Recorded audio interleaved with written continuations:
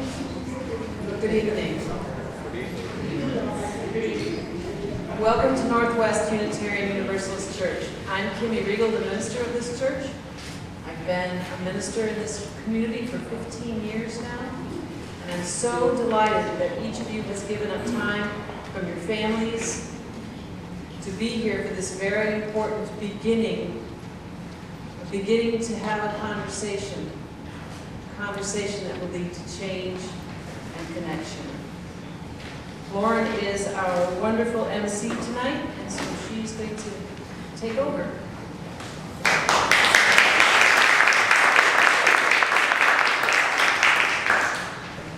All right.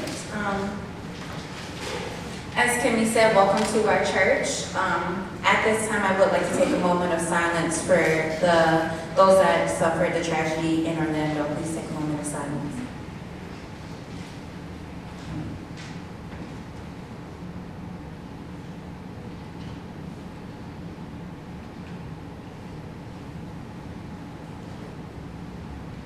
Okay, thank you. And so we'll get started here. So welcome. This is the dialogue of community policing and advancing racial justice in Southfield. To give a little background about Northwest Unitarian Universalist, to take a statement from our minister, Kimmy, off our website, we are a welcoming congregation where diversity is valued. We welcome people of all races, ethnic backgrounds, genders, sexual orientations, ages, abilities, and yes, even religions. This is the gift of Unitarian Universalism, our diversity. This is our message to the world. It can be done. We can learn to live together. Ours is a faith that is willing to grapple with the issues of learning to live together. We create worship that honors reason and holds sacred all the world's religious traditions. We create dialogue that honors all viewpoints. We create a governance structure that is democratic and inclusive. We create a community that affirms life-enhancing behaviors and quality in all our relationships. Ours truly is the faith that many have been looking for and longing for. So thank you for coming out here today. So I'll start with the introduction of our dignitaries and speakers. First I'll introduce Noni Lovechild. She is a poet, writer, author, and inspirational speaker. She believes in telling it like it is. The title of her book is A Voice from Third World America, and she has performed the spoken word at the MLK March, Pamper Our Daughters, Non-Day Cafe, Western University, among others.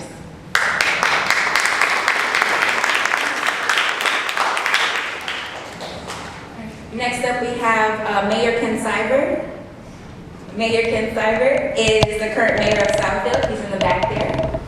Ken Siver has lived in Southfield for 48 years, and he began his community activism in the 1960s and has served on numerous groups, including the city's marketing committee, Southfield 2020 Visioning Committee, and the Southfield 50th Anniversary Committee, and the Census 2000 and 2010 committees. Siver has served 4 terms on city council since he was first elected in 2001. He retired in 2011 from Southfield Public Schools after 45 years of service as a teacher and administrator, including deputy superintendent of schools. Dr. Siver holds a Bachelor of Arts degree from Oakland University and a master's and doctorate from Wayne State University.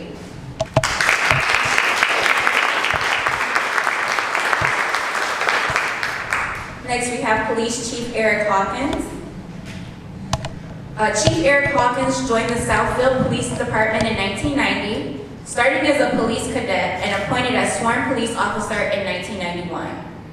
Since then, Chief Hawkins has continued to rise through the ranks of the department, serving in the role of acting chief since May of 2011. Chief Hawkins was formally appointed as a police chief in October of 2012.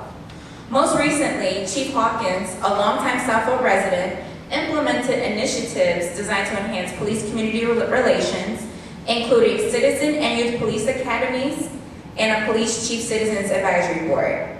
Chief Hawkins earned a Juris Doctor from Western Michigan University, Cooley Law School. a Master's of Science in Administration from Central Michigan University, a Bachelor's of Science in Public Administration from Central Michigan University, and an Associate's in Business Administration from Oakland Community College. He is also a graduate of the Federal Bureau of Investigation National Academy, Eastern Michigan University School of Police Staff and Command, FBI Command Institute for Police Executives, and Central Michigan's University Law Enforcement and School Liaison Program Institute.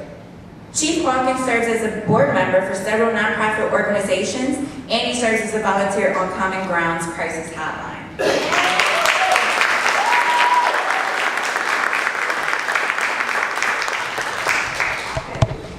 Next we have Representative Jeremy Moss. We'll still introduce him. I think it's good to know who our representative is and know his background. So Representative Jeremy Moss is in his first term representing Michigan's 35th House District, which comprises of Southfield, Lathrop Village, Beverly Hills, Bingham Farms, and Franklin.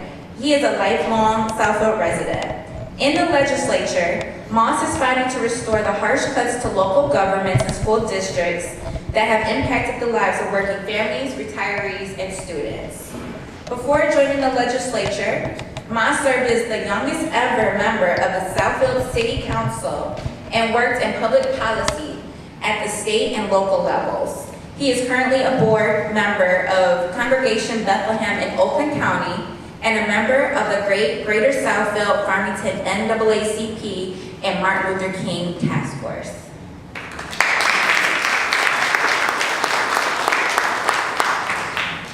Next up, we have Barbara Talley. Barbara Talley is a former City of Southfield council member. She was also the founder of the Martin Luther King Jr. Task Force.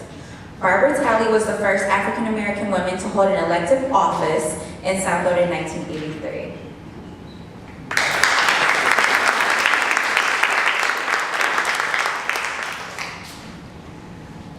Patricia Haynie, the president of the Martin Luther King Task Force and the former director of the Michigan Education Association in Southfield.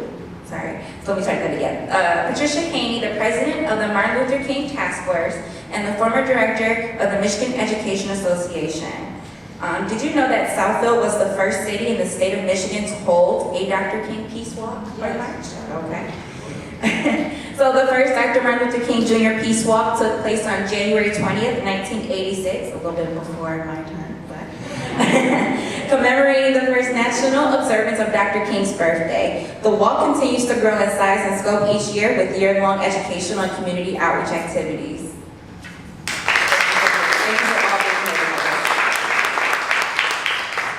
And my name is Lockhart. I will be the moderator for tonight.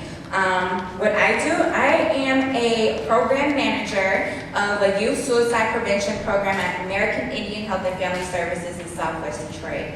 I work with the 12 federally recognized tribes in Michigan, but also non-native communities because I think we all know someone like that has been touched by suicide or been affected otherwise. And so I do work, that's my background. I have a master's in social work from the University of Michigan, and then I have a bachelor's of psychology, sociology, and women, genders, and studies from the University of Michigan, Dearborn. I am a member here at Northwest UU. I've been coming here for about a year and some change, and I'm also pretty much a lifelong resident of Southfield, and I'm so happy to be here with you all today.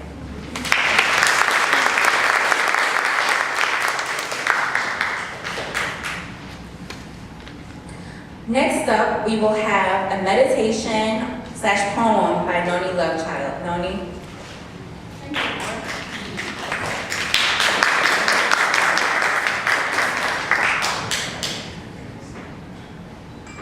Good evening. My name is Noni Lovechild. I have lived or either worked in Southfield for the last 22 years. Make no mistake about it, love brought us here. Love is the movement. Love is why Black Lives Matter. Love for our country, love for our fellow human beings, for our Black African American brothers and sisters, love for Black children, that they will have hope and a future. This is not a hate movement. I am not making in light of the numbers are readily available for anyone who wants to look them up in news reports or online. But we all know why a Black Lives Matter movement manifests at this time in our nation. Black Lives Matter is not just about loss and death, it is also about life and hope. We will never forget those who died due to misplaced fear and injustice. Their memories is why we fight on. How can we help Black children have a brighter future today and tomorrow? Black Lives Matter doesn't subtract from the response that all lives matter, but adds to this call, because included in the all are Black lives that has historically haven't mattered. Black Lives is about programs like Obama's My Brother's Keeper to encourage Black boys to live up to their full potential and succeed. Organizations like 100 Black Men that provide mentors and male role models to Black boys who may not otherwise see a positive Black man to emulate. Black Lives Matter is about programs like Vista Maria for Girls and Covenant House, programs like the Southfield Youth Academy. So Black Lives Matter is about working together to create a brighter future for African American children. Children that have historically been criminalized to justify why their lives shouldn't matter. We may think that the issues of today don't affect us, but we are all stewards of the time period in which we are born, live, and die. So what we do matter. A courageous Black woman learned this lesson over 50 years ago. Mamie Till Bradley, mother of Emmett Till. When her son was murdered, she said, 2 months ago, I had a nice apartment in Chicago. I had a good job. I had a son. When something happened to the Negroes in the South, I said, that's their problem. That's their business, not mine. Now I know how wrong I was. The murder of my son has shown me that what happens to any of us, anywhere in the world, has better be the business of all of us. We can replace the words Negroes in the South with Negroes in Detroit or Flint. What happens to any of us better be the business of all of us, because it really does take a village to raise a child. A mother was in court awaiting her son's sentencing for selling drugs and second-degree murder. She wanted to live in a safer neighborhood, but she couldn't afford it. Top investors only saw the benefit of investing downtown, and the Black lives in the ghetto didn't matter. A better America and giving children hope was not an adequate return on their dollar. The mother wished there was a recreation center or free after-school programs, but there were none. Her son was often home alone while she worked 2 jobs to make ends meet. He got involved in the wrong crowd and made the bad choice to sell drugs. One of his clients, a white girl from the suburbs, overdosed and died, hence the murder charge. His mother sat listening as the court analyzed her life and parenting skills. She was at fault for working and not being at home, or she could be at fault for being home and not working. She asked the judge if she could address the court, and this is what she said. If it takes a village to raise a child, then why am I the only one on trial? I work each day to earn my pay, while at my job, my child may stray. Where is my village? Do we not see? Our children are dying needlessly. To an empty house, too many children arrive. Tell a lie vision, their only guide. Community centers are far and few. As mothers, we wonder what to do. Our pleas for help go unheard until a crisis with our child occurs. Lock them up, some politicians say. We must find a better way. A just and righteous nation we will never be until we accept responsibility for the children, each and every one. They are our daughters. They are our sons. Peace.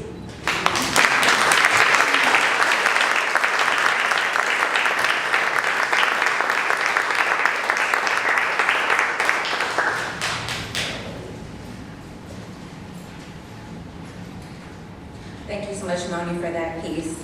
At this time, I'm going to ask Kimmy to step over to the projector to help me out, please. If you press the B key, it should get it. Alright. So this part of the program, I'm going to present Southfield by the numbers. I think it's important to have context to this conversation that we're taking a part of tonight. So what I'm going to do is just introduce Southfield by some census numbers so we can get a sense of what the community looks like. I know many of us are probably from Southfield, but I think it's important, again, to get that context of what our community looks like.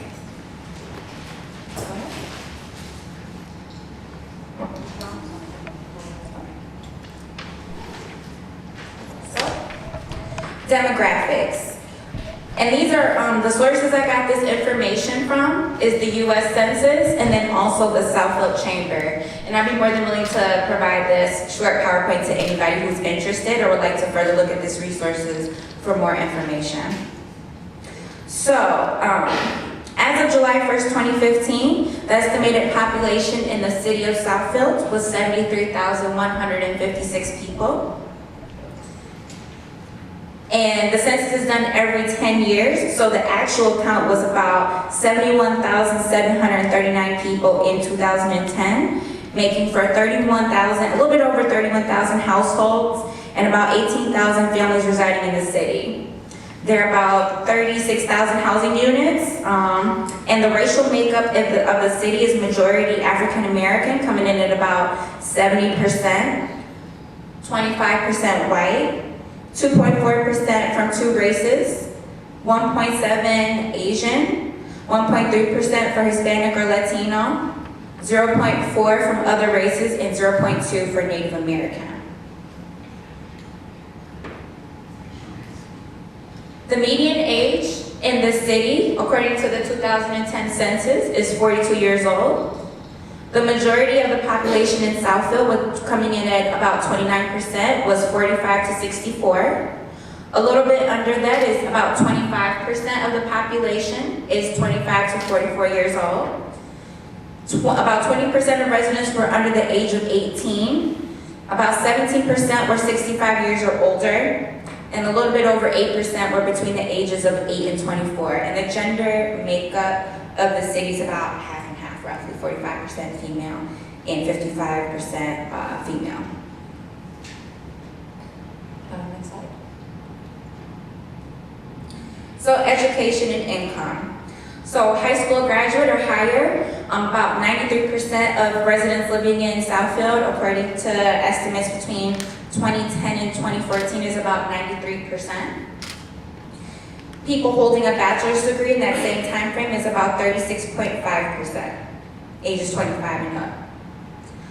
The median household income in 2014 dollars between 2010 and 2014 is about $49,548. And what the median is there's a benchmark, and about 50% of houses fall under that benchmark, and then 50% are above that, just to explain that median.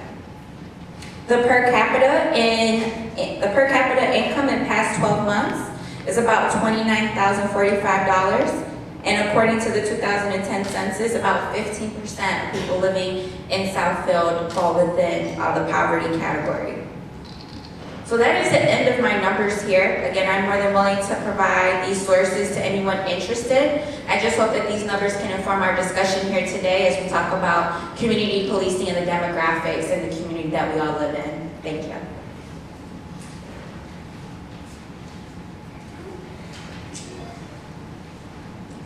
So next up, we will have our presentation by the Southfield Police Chief Eric Hawkins on community policing in Southfield.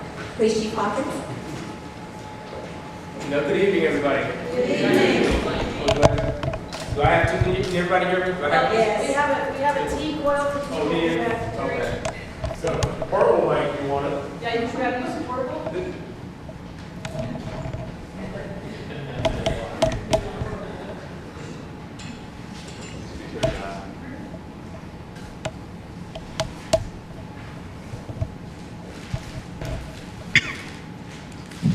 Okay, thank you. Yeah, I don't like being tied up behind this podium. But it was a pleasure being here this evening. I'm sorry. Is that a hold the microphone? Oh.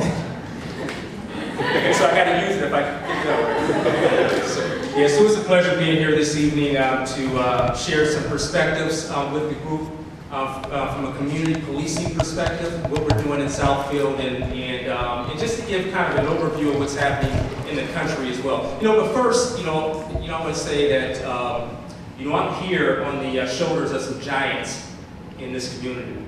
The reason why we have such great community relations, police community relations in this city is because of the work that a whole lot of people in this city did to put me in a position where I can kind of commandeer this vehicle that we have in the city of Southfield. Fire battalion is somewhere around here. We thank you so much for what you've done in this community and setting the stage, the foundation for things here. Our mayor, Ken Siver, I had a chance today, I know you wrote the book, the history of Southfield, and just so happened today the book was floating around the police department. And I had a couple of minutes to kind of go through it, and I tell you, just fascinating information.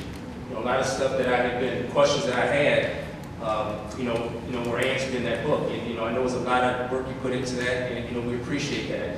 We got, folks like Pat Haynie who's around. We've got Barbara Selden, we've got our commissioner, Nancy Quarles, who's been here for many years. We appreciate all you've done. We got our council folks.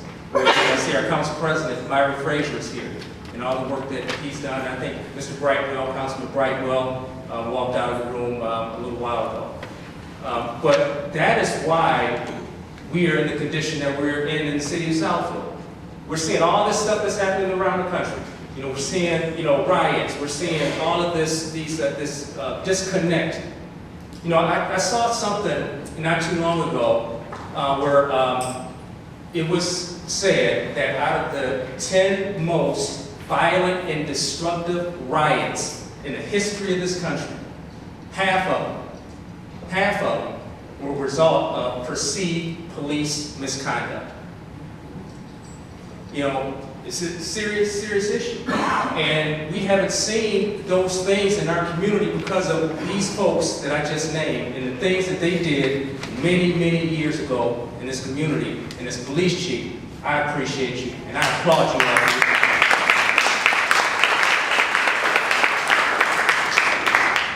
And I'm going to be real brief with my piece because I think it's more valuable for me to take questions toward the end of it, and hear what concerns and questions that you all may have about the state of police community relations, and particularly in the city of Southfield. But just as an overview, we've done a whole lot of things many years ago to address the issue.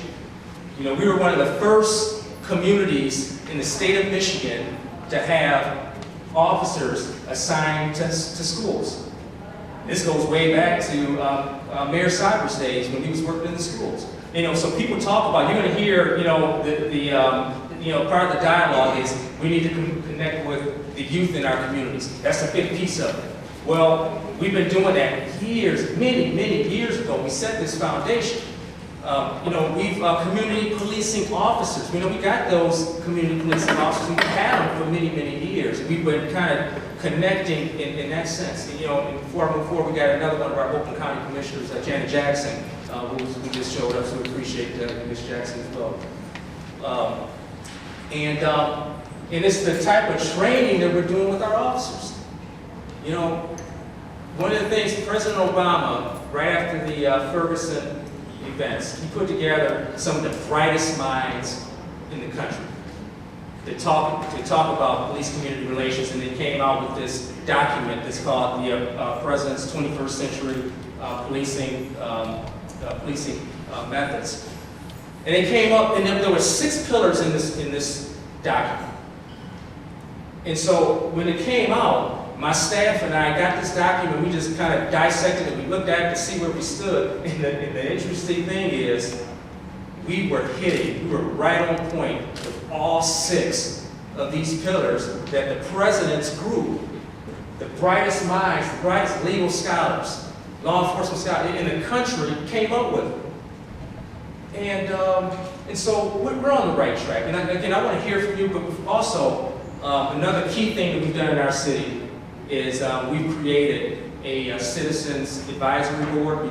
We've created youth police academies. You're gonna hear real soon about an exciting youth program we're about to start. It's gonna be called a Police Activities League. So the other ones the other PALs are police athletic leagues. We wanted to broaden ours, to make it so it's not just about athletics. And so we're gonna start this because we wanted to do some more things. So every weekend, throughout the summer, I'm gonna have community policing officers going to a different park. We advertise on Facebook. The kids are all following us. And they hear we're going to be in Sims Park, or we're going to be at, Arvik Park, or wherever it is. And we meet these kids, and we have kickball games, softball, and, have our K-9 officers out and doing stuff like that. And it's been very, very successful so far. And so we're going to really, really expand that project as well. So, and by the way, my community advisory board members, I know we got a few up here. Could you raise your hand or stand so the folks can see, some of these folks that have been really engaging with us also in the monthly basis. This is another community-related project that not a lot of communities in the state are doing. We've got our police chief's listserv, the email listserv. And one of the topics that one of the chiefs in some other parts of the state threw out there, it must have been about a couple of months ago, was how many police chiefs have a citizens advisory board? Either with policy-making authority or with just advisory type, capacity. Not one chief out of all of them that responded, not one of them responded that they had a citizens advisory board, a group or anything that even looked like. None of them, and it just kind of blew me away. I just kind of figured this was something that was just kind of common around the state. But none of the other cities in this state, do they have a chief that meets monthly with the cross-section of residents of Southfield to talk about issues that are occurring in Southfield?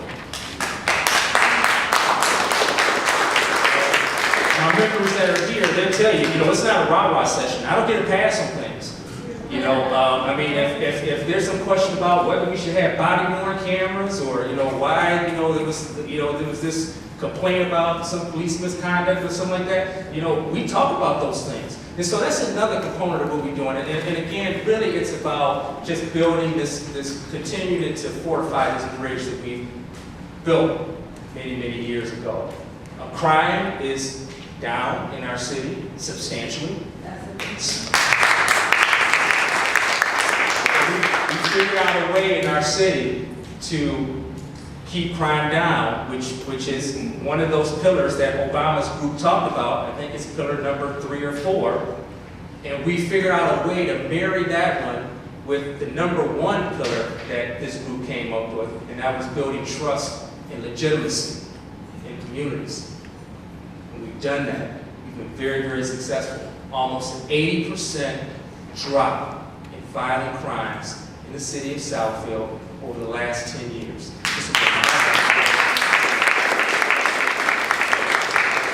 And we're again, as we go forward into our next year, we're anticipating having further drops. It's just been a remarkable time for us in the city of Southfield. So again, it's a pleasure for me to be here today. I look forward to, again, hearing some of the concerns and questions that folks, as I'm sure people have some of those, and I look forward to interacting and dialoguing with you on some of those issues. Thank you.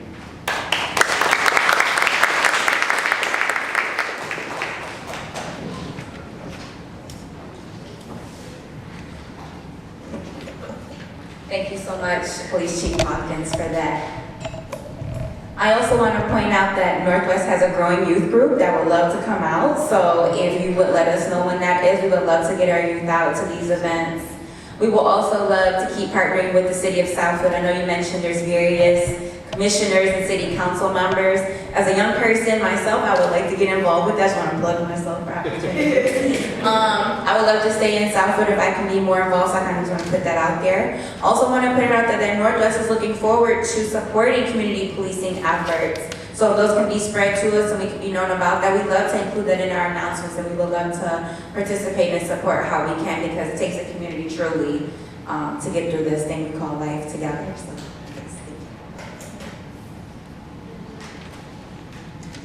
next up, we do have Patricia Haynie, president of the Dr. Martin Luther King Jr. Task Force, to present Advancing Racial Justice in Southfield. Patricia.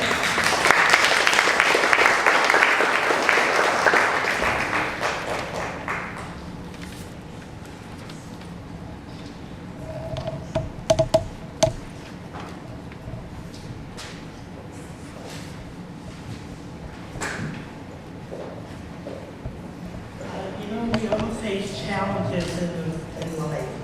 And one of my challenges is as I get older, like many of you, I experienced a number of health challenges. And this evening, as I was coming in, I started to lose my balance a little bit. I'm a severe diabetic. And those of you that are borderline diabetics or are just taking oral medications, don't let me be the example for you.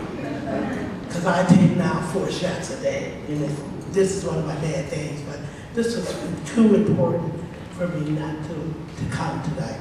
So just bear with me, and hopefully I can bring you some food for thought. I'd like to begin by saying that the Dr. Martin Luther King Task Force Incorporated is very honored to be one of the sponsors of this forum tonight, along with the church and the city of Southfield. Thank you so much for including us. I see a number of task force members in the room, and I'd just like to take a moment of personal privilege and ask that you either stand or wave so people can see that we're not a mystery group.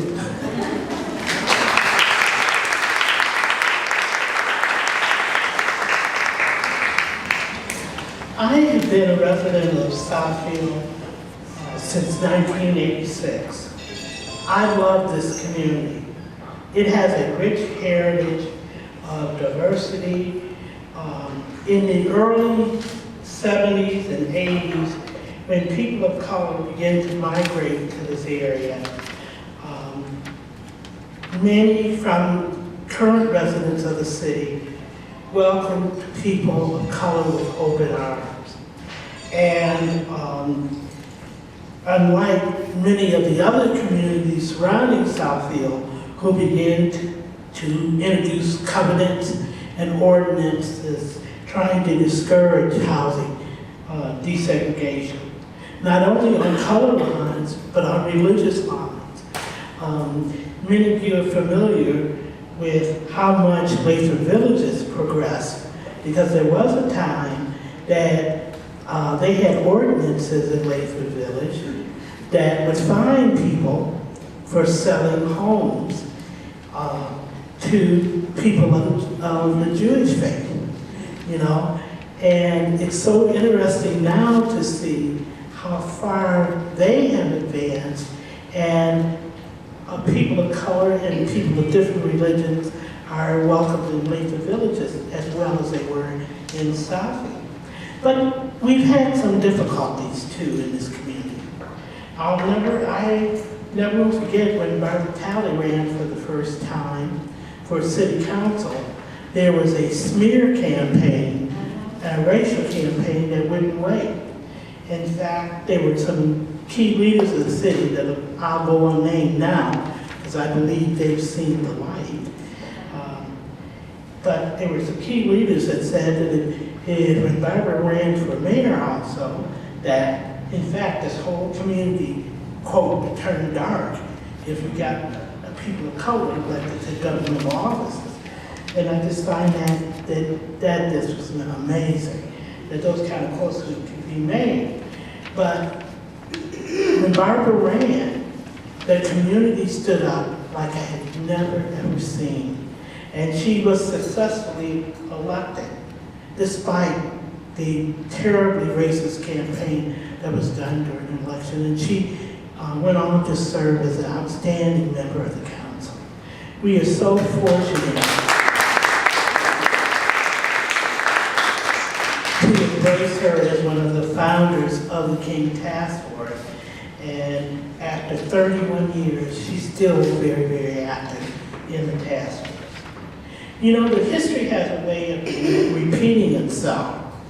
And the recent mayoral election that we experienced, we saw racism raise its ugly head again.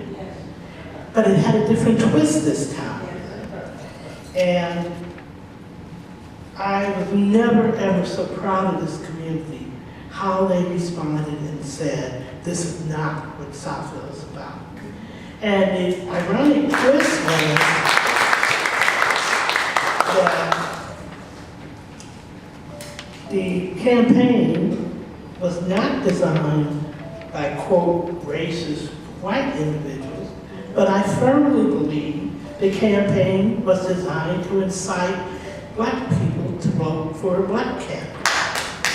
And although there's never been any proof, I'm not here, I'm not a judge, I'm not an investigator, but I believe that that was the intent, particularly when I look at one of the people that was zeroed out on the flyer was one of our outstanding police officers and was pictured on that flyer. And in fact, he is not Caucasian. He is of Middle Eastern descent. And that told me that whoever drafted the flyer did not know this community. And I have worked with that police officer in my other life as a field director for the MEA. We had a number, Ken remembers, a number of very controversial cases that unfortunately came before the courts at the police office from, I'm not at liberty to go into the details just like a lawyer, but let me say, not only did that police officer, who was the chief investigator at that time, in those kind of cases, but the entire department handled itself in an extremely professional manner. We are very, very fortunate to have the kind of police department that we have. And in fact, when I got the original call, I asked some clarifying questions about this assembly, because I point blank said, neither I, representing the task force, or the task force will take a stand bashing the Southfield Police Department. Our department is a model for not only the surrounding communities, but a model for this country, and has received national awards. Now, are there room for improvement? There's always room for improvement. There's always some issues that arise. But the key is, are you moving forward? Are you addressing the concerns of the public? And a forum such as this can bring out information. And interestingly enough, we see a new form of racism arising in this country. I never thought, and I'm glad my father's not alive, they have civil rights and human rights advocate he was, to see the day that we would have national leaders seeking to paint everybody from a certain part of the world with the same brush, whether they're Christians, Muslims, or non-believers. Our country was founded on the principles of freedom and equality. And now to see national leaders advocating, building walls to keep people of Mexican descent out of the country, limiting immigration. I think all of this arises out of fear and anger. But we cannot let history again repeat itself. Many of you will recall, maybe have even lived through, what happened to the Japanese people right after Pearl Harbor and the way they were treated. We cannot. I'm a student of history. We have to learn from in history. And if Dr. King were alive today, I'm sure he would say, yes, Black lives matter, but all lives matter.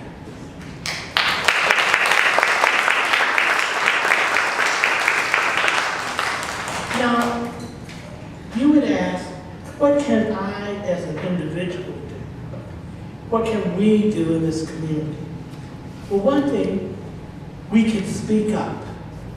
Our most powerful form of speaking up is the right to vote. We must, all lives depend, our country depends on people exercising their right to vote. Even locally, we have an upcoming election that is critical to advancing social justice. And that is that we're going to be electing a judge for 46th District Court. Racial justice starts and can be instrumental in the exercise of judicial discretion. We need judges that not only have a working knowledge of the law, but they have the compassion and the wisdom of Solomon. They have to be people that understand our community and that are involved in the community. You know, when people always turn out for presidential elections, especially when we have one of the highest voting records in the country when it comes to presidential elections. But we fall sometimes short in non-presidential times. I would urge you, particularly given some of the things that are going on with our young people nowadays, that you strongly make an effort to vote in that district election. So I'm putting on my political hat and say, if you want to advance racial justice, then elect people that are of the people. I also have a couple of suggestions on advancing racial harmony. I would like for the city to consider creating an ombudsman position.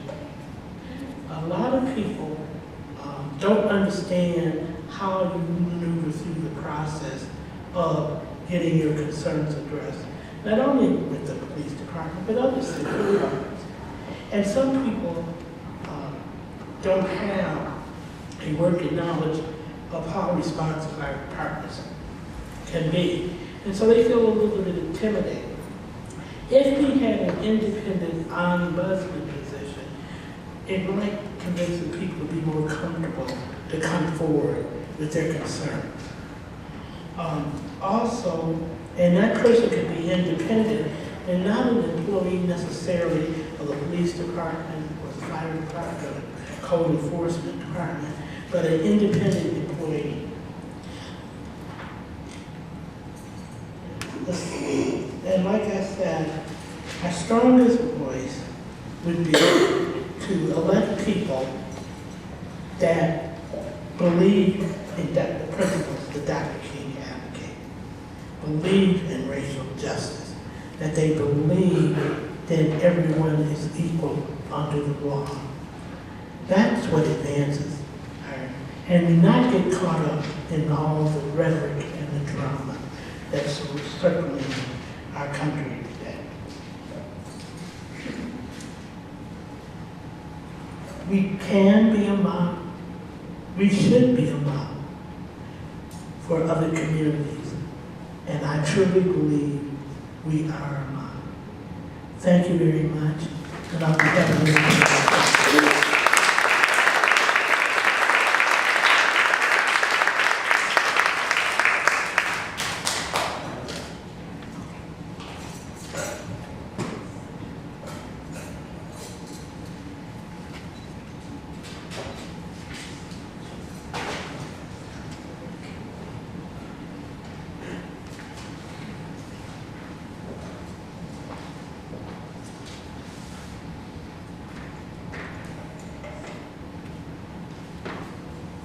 Thank you so much for that inspiring presentation. If that doesn't get you going, I don't know what does. I'm ready to get out and do some more community work, so I hope you all found that inspiring as well. Thank you so much again. So this part of our program, we will move on to the community dialogue. And so before we get started in the community dialogue, I teach mental health first aid training, so I'm gonna lay down some ground rules before we start the discussion here. And I hope we all can abide by them as we begin our discussion. First, we've got about 30 minutes or so dedicated to the question and answer portion of our program here to respect everyone's time. Second of all, another ground rule that I would like us to all abide by is that this is not a therapy group. I hope that when we all get up and have our comments that they have a start, a point, and an end. I hope that we all can respect each other's time and that we do not hog the mic. So using that step up, step back rule. So if you feel yourself talking too much, letting others have a chance to come up to the mic, because we do have a limited amount of time to ask questions here tonight. Overall, I just hope that we all can be respectful of the space. I feel like this is a perfect opportunity for us to get to know our community policing initiatives and our police department. And so I hope everyone takes advantage of this opportunity here. And so we have 2 mics available, one to my right over here with Kimmy setting it up, and one to our left. So I ask at this time, if you would like to come up and ask a question, you come to either mic and you say your name and ask your question. Thank you.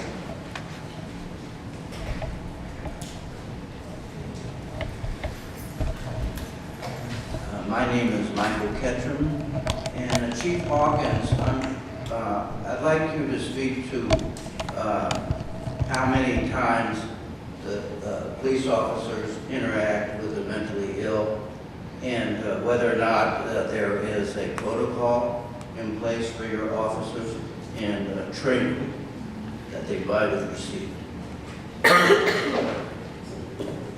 Okay, thank you for that question. And, yes, we interact. We're increasingly interacting with folks with mental illness, and probably when we have issues out there, I would say, sir, that 60 or 70% of the folks that we deal with, where it gets to a situation where there's a use of force situation or something like that, there's a mental illness component to it.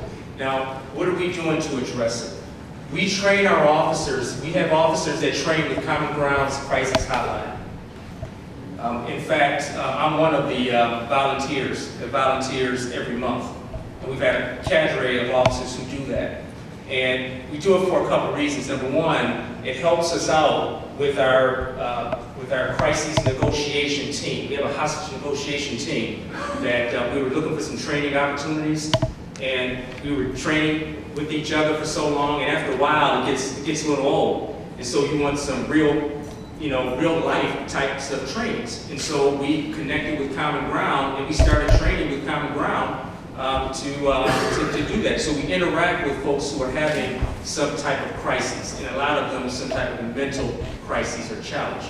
So it helps us out in that respect, and it helps the officers to really get an appreciation for those who have those sorts of challenges, and see those folks as people and not just as somebody out there that's causing a problem that needs to be arrested. And so what we've seen over the years since we've been doing this is that we've had fewer arrests of those individuals who have mental challenges, because the officers are more familiar with how to interact and how to de-escalate and how to get them to places other than a jail so that they can get help. So it's helped us in that respect, and also it's that cadre of officers has been able to now come back to the department. And when they're riding with the other officers and they're going to different runs with these other officers, they're able to now kind of spread that knowledge and that experience and that appreciation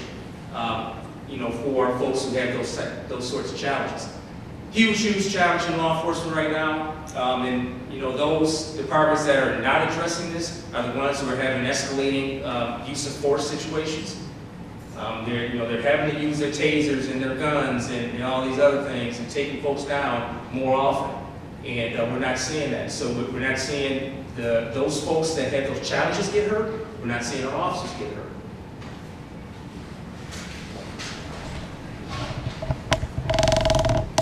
Hi, my name is Nancy Quarles.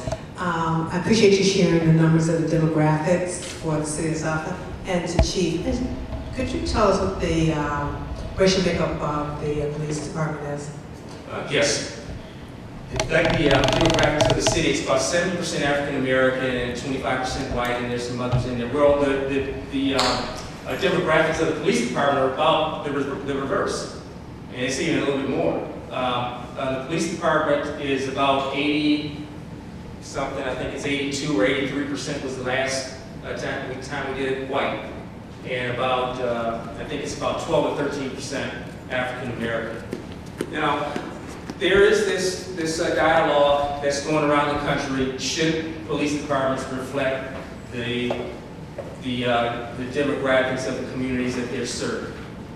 And I guess in a perfect world, we would like to have that.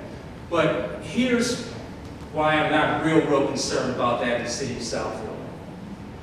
Because when I go to forums like this, and that question comes up, people would talk to me privately, and they'll say, yeah, we'd really like to have, more African Americans, more women on the police department, but what we really want in Southfield is to have police officers that are professional, competent, and fair. So what we're doing, and there's probably going to be another question about this, so I'll talk about it later. There's this challenge across the country with recruiting minorities and women in law enforcement. Every law enforcement agency in the country is having this problem. So what we're doing so that we don't have problems in our community is making sure that we train our officers to be just that, professional, competent, and fair. So when you get somebody coming out to your place, you're gonna probably say, just like other people tell me privately, let's say, I don't care what that officer looks like. You can send a green officer out there as far as I'm concerned. When I have a problem I'm dealing with, those are the qualities that I look for. So Commissioner Quarles, it's that's what we're looking at. Other communities are kind of sort of having some issues with that, because I don't know if that's the focus in a lot of places. We go to our police conferences, I get an opportunity to interact with other law enforcement agencies, and I share some of these things. But it's something that is very important for us. And I go back and I'm not just, I go back to all these folks, the mayor and Robert Talley and Quarles and Frasier and all these other folks around here. These are some things that they put together. It's not something that we just started doing. When I started being chief and the chief before me, this goes way back in our community. And so I'm just picking up and I'm just continuing, these sort of things and these values that these folks want in the police department around here.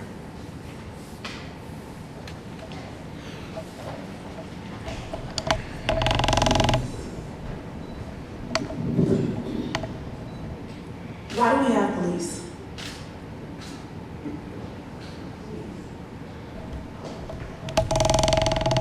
Well, the short answer for that is there's some bad people out there.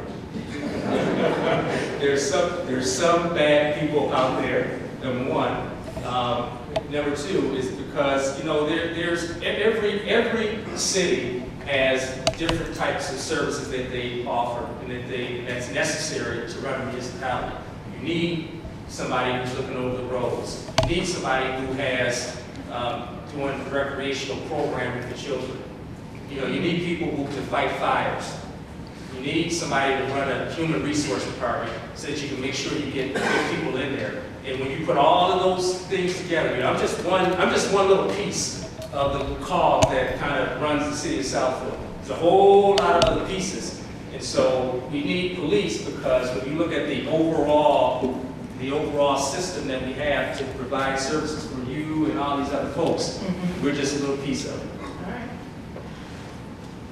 All right. Maybe my question was too broad. Why were police even created is my better question, where did it come from? We didn't always have police. I'm asking, where did it come from? Great question.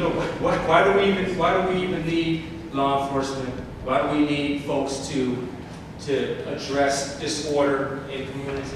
Well, another short answer for this is, in order to make this whole system run, you have to have a component of your local government that deals with disorder. You got to have it. You can have the best laid plans for, economic development and for, having things for children in your community and things like that.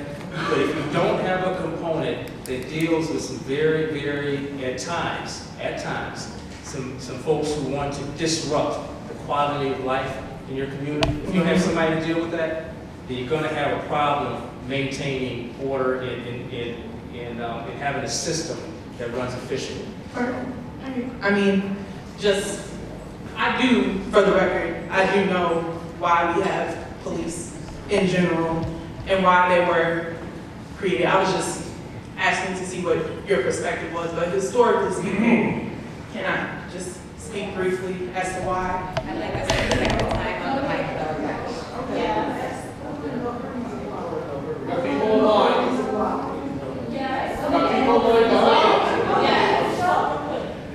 It's brief, go ahead. It's brief. It is brief.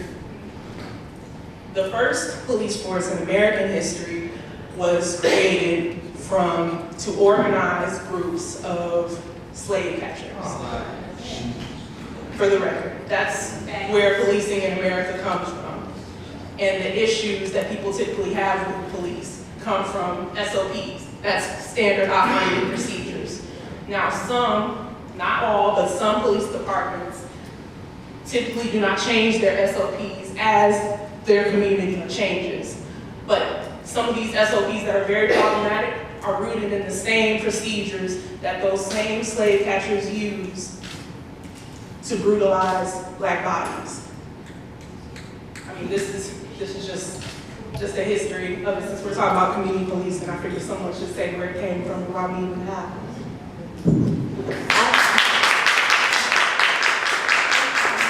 I'd like to take a moment to not respond to that, but just to say that when someone is talking, I think we should, if we can, all hold our motion to respect that person talking, regardless of their viewpoint. That's very important.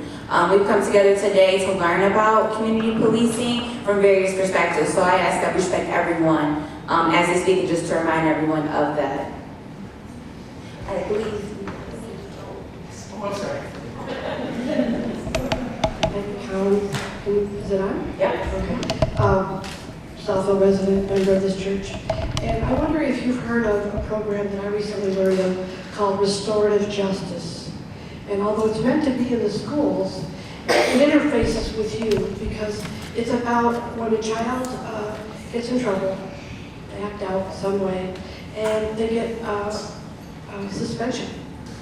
And it's called the pipeline to prison, where that suspension can carry through the whole rest of their school years, and it gets worse because they react against that. People treat them differently because they've got this record, There's restorative justice is meant to deal with that in a kind, loving, and humane way to help resolve it instead of so the child doesn't have to continue with that bad feeling. And I wonder if you've heard of it and if it's possible to bring it to Southfield. Thank you for that. Yeah, I've heard of the concept. We call it a little different here. We take that concept, and what we do is we have our liaison or resource officers in our schools directly interfacing with our students at all levels, from middle school all the way up to high school. And one of the key responsibilities of our resource officers is to get involved in juvenile diversion programs. And that's really with the foundation of that restorative justice program is. And so when we have students who get involved in minor criminal activity, sometimes, there's an official law enforcement response that's necessary, but in a lot of cases, the overwhelming majority of the cases when these kids are getting involved in those situations. Our youth liaison officers, our resource officers are diverting those children to some other place to get some help. A lot of times it's through a program through the schools. A lot of times it's something with our juvenile system. They have something that can, where the children can go and do some other programming in lieu of having a criminal record. What's very, very important to us in Southfield is helping our children avoid the criminal justice system. I always tell my officers, one of the things we want to try to do is put ourselves out of business and have as few people, youth as possible, having to go through our system. And so we use discretion. I mean, there are sometimes, and again, that we've got to do more, but we do have a program that addresses that. Hi, my name is Rod Tornay. I'm a resident of Oak Park, but spent a lot of time in Southfield with a number of activities, including working with Barbara and the task force on a project some years ago. Additionally, back in the 90s, I did a police community relations training program with the Southfield Police, State Police, and some others. So my context goes back to that time. There are some notorious police chiefs, Bull Connor, Darrell Gates out of Los Angeles.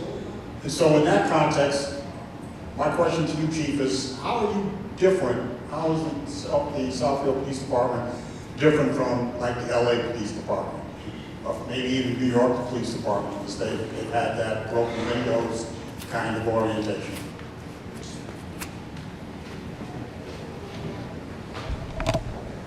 Well, we talked about this community policing concept, and it's been something that's been talked about for years, and we've been living it for years. And we're proof that it works. I've been monitoring, one way, a lot of times I get, how do you measure success? How do you know it's working? Well, one way of measuring success is the satisfaction from others of the police service.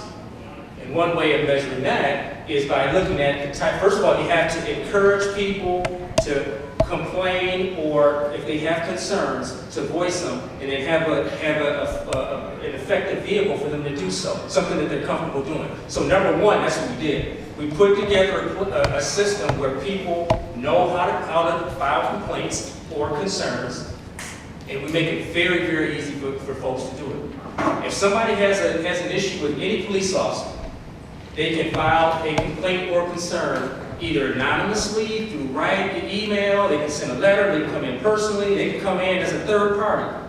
And we take every single one of them. And every single one of them gets investigated from the bottom all the way up to the police chief. And then, moreover, we just recently put a system in place where we are tracking these types of complaints.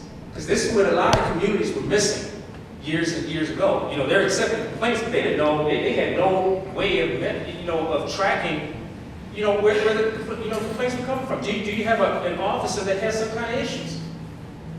Are there some flags that should be, that are being raised that you're missing? And so we have a system in place now where every single complaint goes into a database.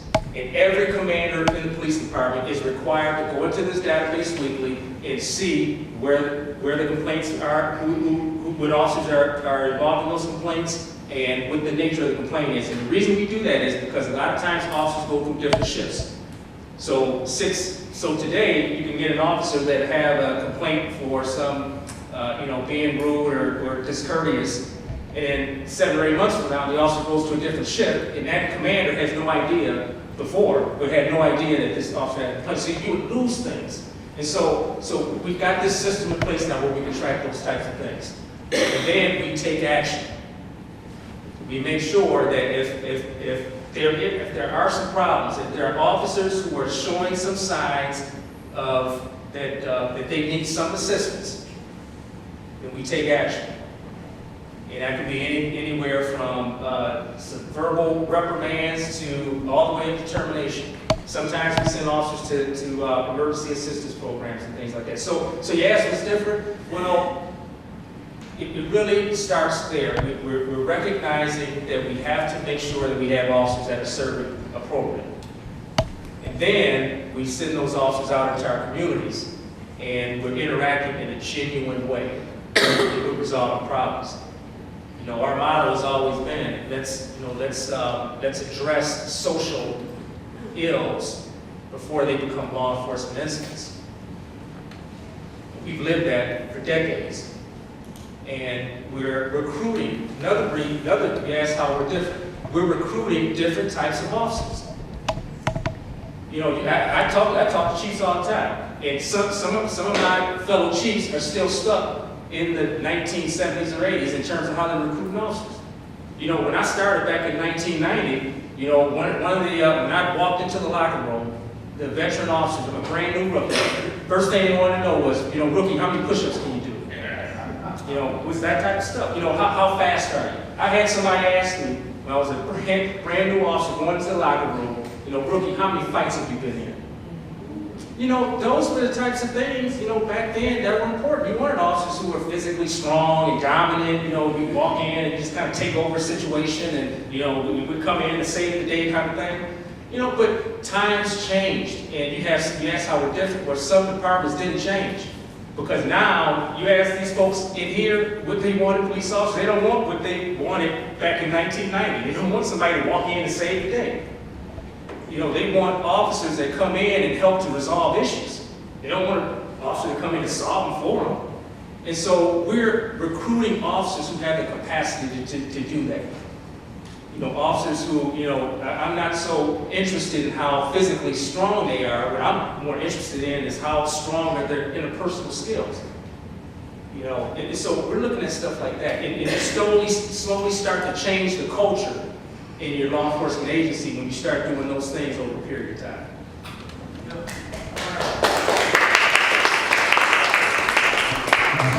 I wonder if I could, as I heard your question, why is he different than Bull Connor or the sheriff, I think, is a nightmare, is Joe Arpaio in Phoenix, and others. But I've known Eric since we were both at Southfield High School. He was a youth officer, I was a teacher, and he really alluded to it just now, but and he's a modest man. So he wouldn't say this, so I'm going to get up and say it. He doesn't have that oversized ego. He doesn't abuse his power, which some of these chiefs have done. He's a communicator. I am proud of this man. I'm proud that he is our chief. And it's really about leadership. And this is the kind of leadership that he is bringing through the department. And you know, the council approved 8 more officers. And I would check with Eric and I'd say, well, you know, how are you doing on the recruitment?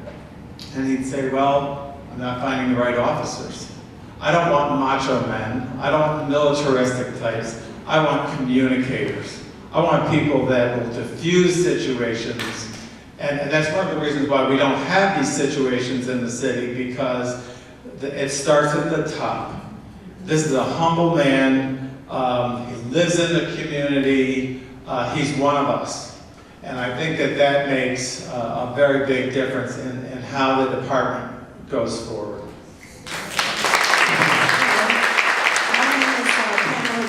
And I have been around the city of Southfield for about 33 years.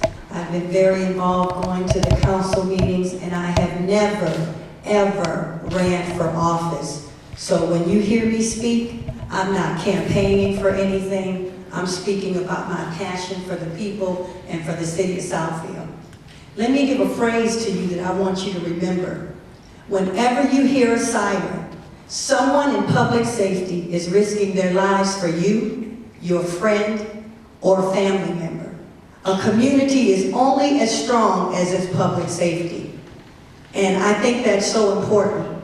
Here's another thing about our chief. The city of Southfield went 2.5 years without having a police chief.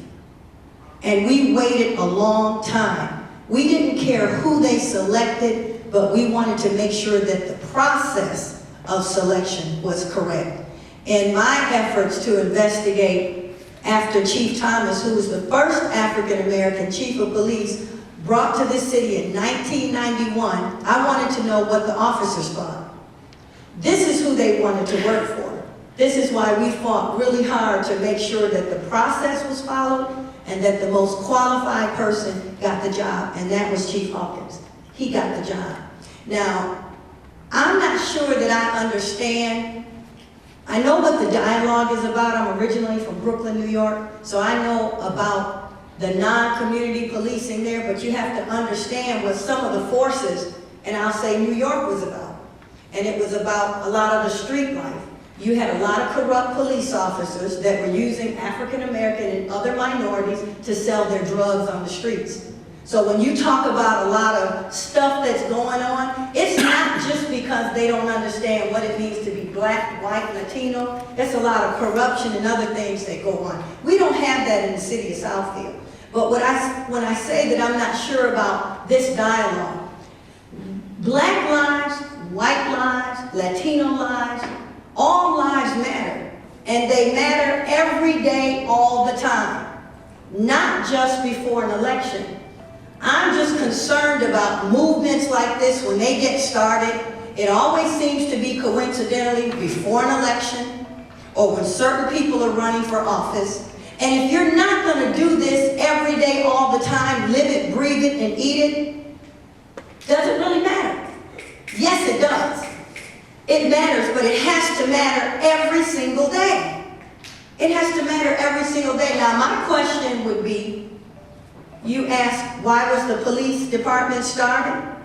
Why was this movement started? Why do we have bad people that live in our United States and in our world? Why do we have people that are racist, that discriminate? Why do we have people right in the church that will sit next to a person, hallelujah, praise the Lord, and after church you don't like that person, or you talk about that person?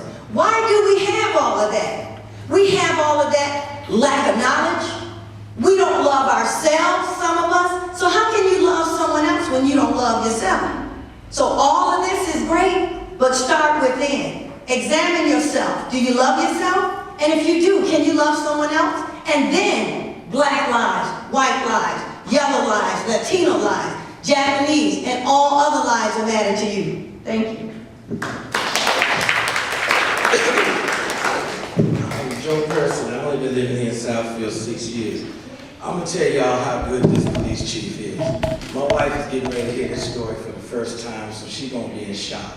When I first met her and I was at her house, she left going to work. I fixed her lunch, coffee, and now she doesn't ever cook anymore because of that. But I have a bail bonding company, so I'm licensed to carry and all that, and I'm retired military and all that good stuff. On this particular day, she gave me, keys and said, here's the alarm, the code to the alarm and all of that. So I run home up to my house in West Bloomfield. I had ordered some new shoulder holsters. I got toys. Yes, I got toys, ladies and gentlemen. So I put them on. I come down to the house, and Please use the mic. okay, I put my holsters on. I go to the house in West Bloomfield. I get my gun, my holsters, and I come back. I come back to her house, and I'm excited because these are I got some good stuff, So I'm like most men, and Chief and all of you that are gun lovers, we men like our toys, okay? It's like ladies like their shoes, okay? But this particular, I don't know what the code was. I put it in all. I'm excited about my guns. And within about, 6-7 minutes, a knock comes at the door. This young police officer couldn't have been no more than 30, 35, maybe 40 years old. Now I'm strapped like this. The alarm has went off. I opened the door, and the first thing he says, "Sir, do you live here?" And I'm like, "Oh, no, I don't live here." But I said, "No, I don't live here, but I'm here. This is my girlfriend's house." And at the same time, the alarm company, ADT, they're a great company, y'all get them. They happened to call, and I told him to come on in. But he said, "Before you answer that call, could you show me some ID?" So I pull out my ID, it says West Bloomfield. He says, "Okay." So I said, "Well, come on in." He shut the door, I go over and answer the phone. So I shut the door, and he tells me, could I show him some ID? I show him an ID. I got West Bloomfield ID at the time. got Southfield now. Anyway, he comes in and the phone rings, AAT alarm system calls, and they asked, was there a problem, anything wrong? I said no, so I gave him the code word, and thank God she gave it to me. The code word. This police officer stood right there through that whole situation, and this could have got ugly, because he's coming because he could have thought this was a home invasion. I'm standing there strapped with 2 9mm. But because of the training under this man's leadership, it didn't get ugly. And I never just told my wife this at the time. I said she doesn't need it. But more importantly, I have this man's number on speed dial. His secretary and I, we talk. But the thing about it is that somebody puts this question out here. Because one of the things, Chief, when you had the conference or your conference last year about this time, one of the questions somebody tried to put in my ear, because people always try to co-opt you. And I can't be co-opted. I don't sell out before I sell out. My grandmother taught me to get out, you know. They said, well, it's predominantly white police force. Okay, I come out of the military where it had been predominantly white, and it started on some of the same SOPs like they're talking about. The SOPs she's talking about started in 1775 with the U.S. Army about how to keep control. But that doesn't mean that you can't change. Under this man's leadership, it has changed. Just like under the leadership of General Colin Powell, our military has changed. We're the best elite fighting force. But getting back to the point about, I don't care that it's 90% white police officers, because that's the number that I hear, and the rest is black or other. The point is, when I call for the police to come, they come. So my question is, when you get ready to bring some police officers in here, see, I don't necessarily have to have them black, Latino, or whatever. I know it's supposed to reflect our neighborhood. The bottom line is, folks, is that when my alarm went on, that police came, and he, in a situation that could have gone awry, that man, like, because of this man's training, you know, it didn't get ugly. It did not get ugly. So, police chief, I'm gonna shake your hand because you did a hell of a job.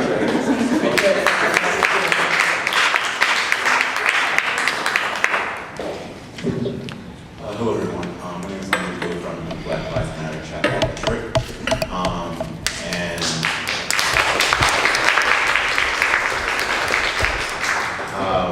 Yes, certainly. So I've been listening. I'm very much of an introvert, so I typically lay back and listen first before I say something. But I was invited to this space by one of the members here. I drove into this building, saw Black Lives Matter outside, and I was like, oh, this is a safe space, right?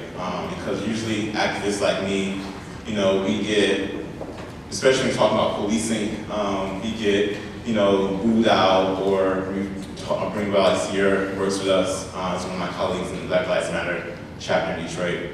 Policing is really the core, the foundation to why Black Lives Matter started. I do commend you, Chief, on the work that you're doing. That's very important to be able to change the narrative with the community on how you relate with them. But my question, and this is really not a question to be answered, it's more of a rhetorical question to get you to think deeply about some of the ramifications of policing. When I was in high school, I didn't have a school resource officer. That was in 2000, I graduated in 2008. Somehow, in the last few years, we've had an increase of school resource officers. So my question would be like, what's the point of that? You know, it's not because our schools are becoming, especially in Southfield. I grew up in Detroit. I'm not from Southfield. To make that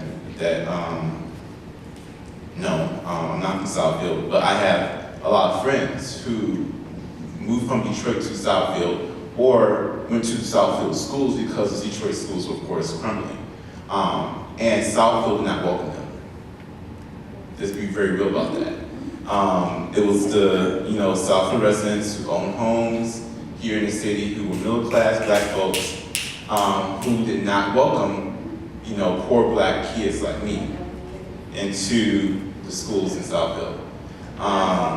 For many reasons, you know, many reasons. You know, we know that Some of them, may have some disciplinary issues. We know that, there was a lot of stuff. There's a lot of reasons why they weren't welcome, but they weren't welcome. And a lot of that not welcoming turned into police interactions, right? And that's still taking place. I want to know the data around, the level of school suspensions in the last couple of years here in the Southfield area. Because I know that Southfield is changing. It's getting a lot more black students from Detroit who are of a lower economic level. So I think when we talk about community policing, we have to look at it in a very wraparound state. Because it's more than just being out there in the community. It's like when your community starts to change and it's no longer looking like you anymore, right? How do you respond to that? And that's not just the police, that's the community. Because sometimes it's the community that's calling police on these folks, on their neighbors. So for me, the Black Lives Matter movement is critiquing that. How do we as black people engage with each other? How do we make room for the undocumented folk? How do we make room for folks with felonies? Because again, to be honest, Southfield is very middle class black folks, and they aren't always welcome felons. So I'm just being very honest. This is where I've had a lot of people that I've known who've grown up in Detroit and did not feel welcome in Southfield. So I think that we definitely need to be very cognizant of the way that we're welcoming people who are not like us, who are the other, who are, for instance, the Black Lives Movement, Black Lives chapter. If we were to come to orientation, we have a statement that talks about we support that Black Lives Matter, because when Black Lives matter, all lives matter. You don't say all lives matter because Black lives don't matter right now. That's our space. So in our space, we say Black Lives Matter because Black lives don't matter. So when Black Lives Matter, all lives can matter, and Black Lives Mattering means Black undocumented lives, Black people with records lives, Black youth, Black trans women, Black queers, Black people who have been historically marginalized. So I just wanted to put that out in the space.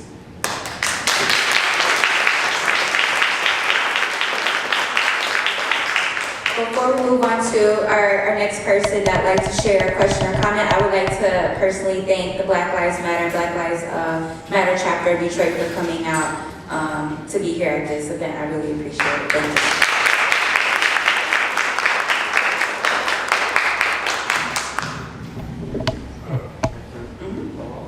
Is it working? Yeah.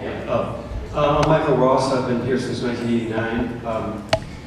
I was a probation officer, youth juvenile probation officer in Detroit and also Western Wayne County for 32 years. And I lived in Detroit for a long time too. The first thing I noticed is that the police officers out here did not run through red lights the way they do routinely in Detroit. That tells you something. When you go to report a crime, the officer you report to looks at you and is courteous. That did not happen in Detroit. When we were walking around, I used to live in the 6 Mile Woodward area, we'd walk around, you'd never see a police car.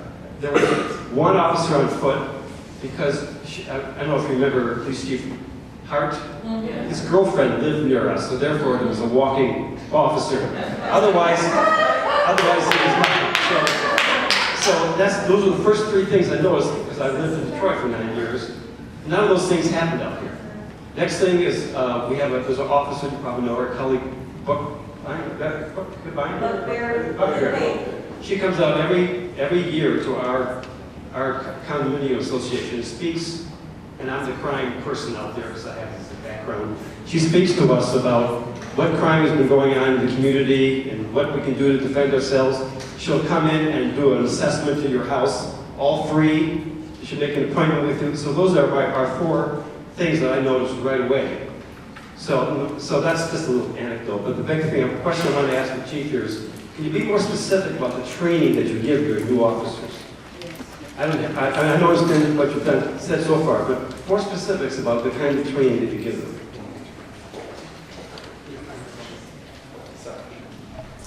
They get interpersonal training in the academy now. That's one of the things that we've been pushing for as chiefs over the last decade or so. So they get a lot of that. And they get a lot of the, the typical training, how to diffuse situations, how to deal with, we get, cultural sensitivity training and cultural awareness training. Is something that's not only do they get in the academy, but they get those when they come to our place as well. We have a component of that. So it's a very comprehensive. I won't go into all that we do, but our training is centered around producing officers who do those three things that I've talked about. Officers that are professional, competent, and fair.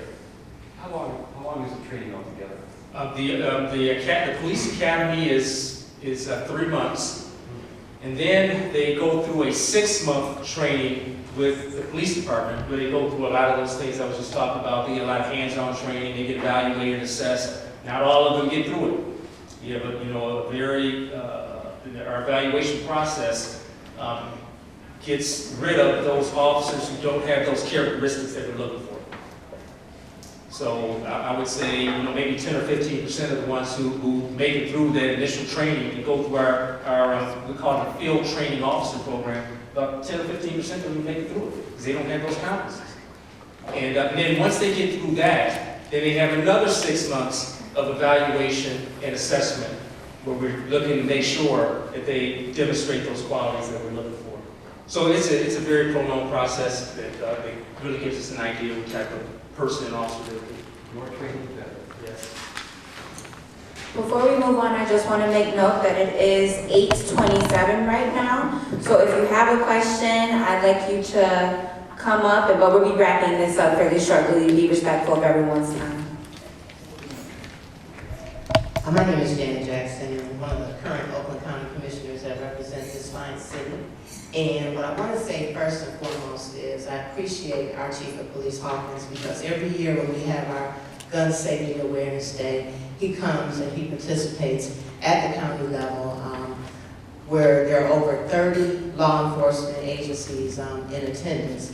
And he speaks and he addresses the problem of gun safety and violence in this entire county. And what I did notice this last week when we had it, which was so ironic with the shooting in Orlando, where we gave gun locks out to all the law enforcement agencies within the county, and where I said our police chief addressed, he was the only African-American police chief represented in those 30 law enforcement agencies. Are you the only African-American police chief in this county? There are 3. There's Southfield, Oak Park, and Mayfield Village. Okay, so I realized with that you have to walk a tightrope. I know that there are people politicizing law enforcement these days and talking about the Black Lives Matter movement, and they say that it's watering down policing and it's making law enforcement personnel not really stop traffic offenders the way that they have in the past because of profiling. But from my point of view and my advantage, I don't really feel that way. When I'm in Southfield, I'm starting to see even more police agencies. The state police, for instance. I see a presence of the state police more than ever before. So you as our chief of police, how do you help regulate that? Because you created a culture amongst your force, but then when you have this multi-jurisdictional policing here, how do you keep a handle on that? And that's my question. Thank you, Commissioner Jackson. And great question, because right now, with stressed budgets and police departments that have fewer and fewer resources, we're being forced to kind of collaborate in partnership with other agencies. And so we're in a number of state and county and federal task forces right now. And so, but absolutely, it's very, very important when we have officers from other agencies come into our city that they understand what our culture is. And one of the things I do because for instance, one thing that Commissioner Jackson is very, very involved in is the human trafficking initiatives that we have around the state. And so we have a human trafficking federal task force that comes and works out of our building. And it's comprised of federal, state, and local officers from all around. And so when they come to our city, I always meet with the head of those agencies, and we get an understanding of what we expect when there's some enforcement action that's necessary in Southfield. And I make sure I connect their supervisors with supervisors from our place. Anytime that they're going out on details or operations, we have Southfield officers with them, and they're very, very vocal and very, very active in making sure that the other folks coming into our city understand what our culture and what our expectations are.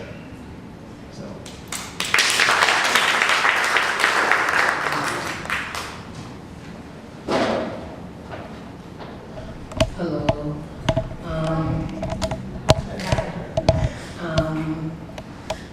I first wanted to, thank you. My name is Camille Tipton, and I attend Northwest Unitarian Universalist Church. I thought it pertinent to come to this community meeting. Thank you. And I just want to give a little context, because I'm young. I'm sure people may have some preconceived notions that happens. I don't have any problems with police. You seem like a very nice guy. Most times I just sit and talk with them because they talk to me and I talk to them.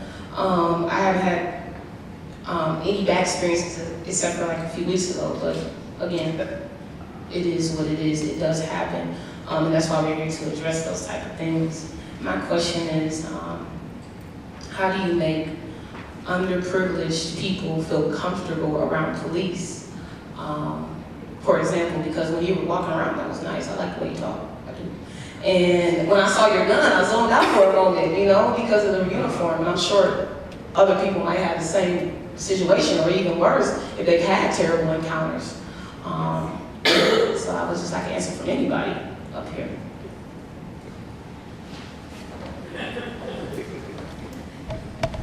By making sure that folks like you, young people like you, are comfortable being around officers. By making sure that we have officers, the right type of officers in our schools that are interacting with people like you, people who are young like you, people who have some kind of reservations about interacting with police officers, making sure they're comfortable.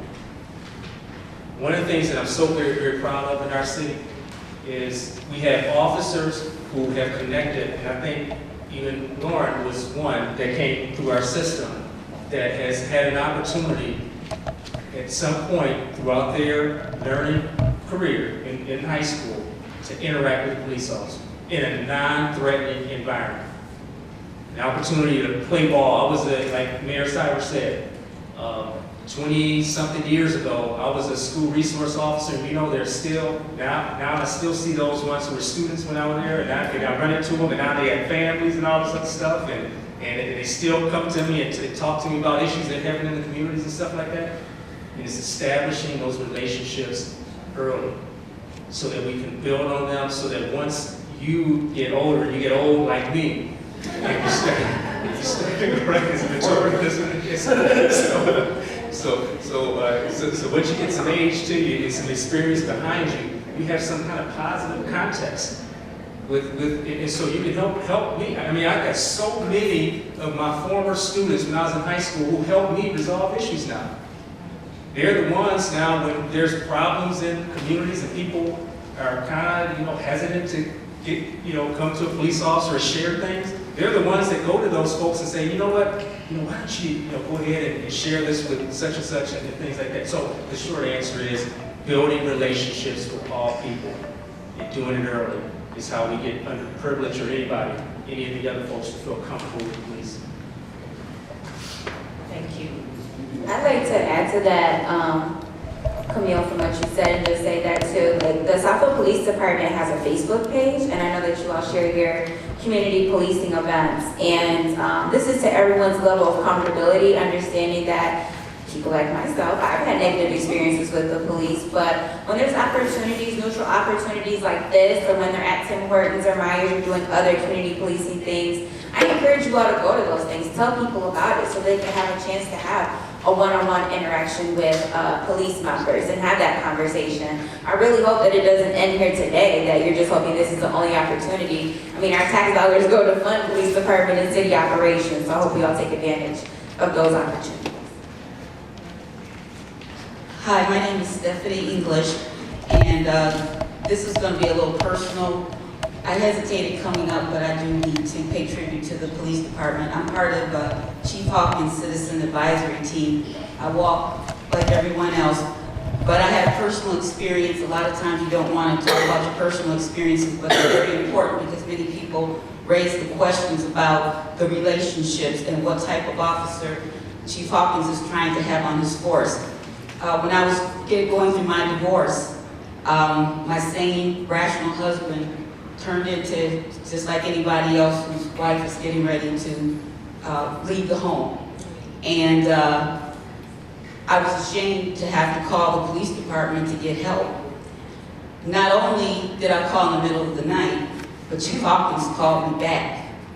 And when I needed to leave, the day I needed to leave, I had 4 police officers that came to my house to assist me, and 2 were off duty. So integrity is what you do when people aren't looking at you. And these officers did not have to pull their time. The other significant point is my husband is African American, in his 60s, lived on the east side of Detroit during the stress time, if you remember the stress group. Didn't grow up well-to-do, so didn't have good police relations. My ex-husband had threatened to put me into the cement of I-75 where Jimmy Hoff was buried, and I remember thinking, oh, that's where Jimmy is. Okay, you know. But at the time, I was afraid, I was ashamed. Nobody wants to admit that they're having a marital problem like that. But I wanted to just say that these officers care about us because, again, this would be a secret, but I understand because I did some checking. I was the president of my subdivision for years. The police had to respond to some other domestic issues. And every single neighbor talked about how they were white officers that talked down the problem in the family. They take the kids outside. They separate the couple. They talk to you. And my ex-husband and I are very good friends now.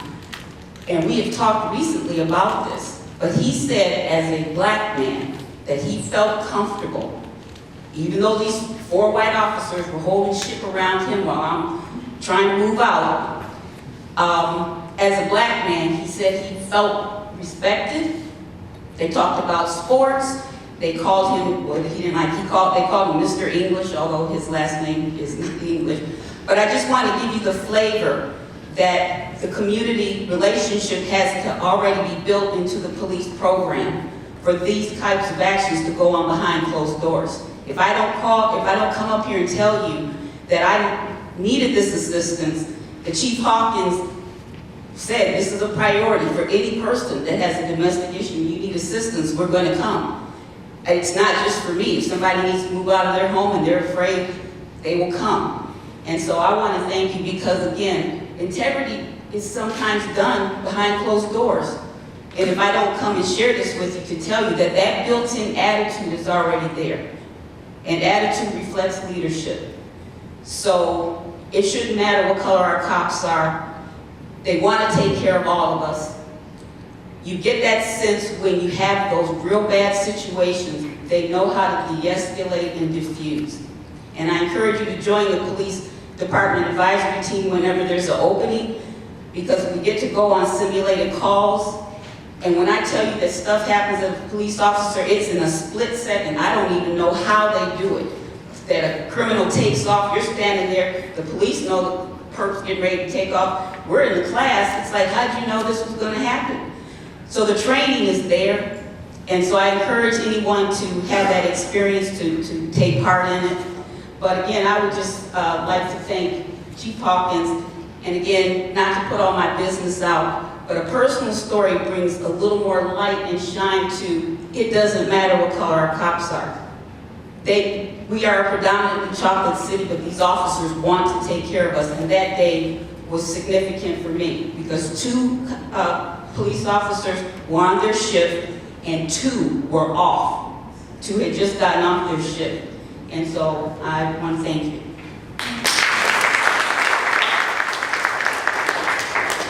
My name is Barbara Talley, and I go way back to 1983 when I was elected for city council. And so you might want to know some history about how how this gentleman got to where he is, and I really appreciate all that you do for the city. But in 1983, there were no black policemen. When I came on council, we looked around and there were none. There was a rule at that time that you had to live in Southfield for 1 year, and then you would be eligible to be on the police department if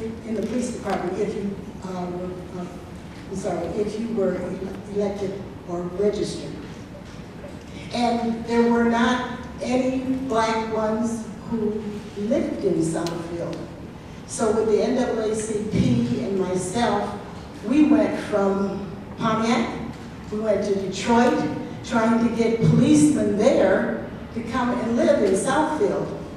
They didn't want to live in Southfield because you had to live in Southfield for a whole year.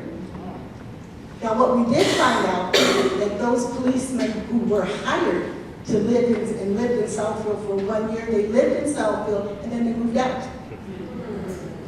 And so Peter Cristiano was on the city council at that time.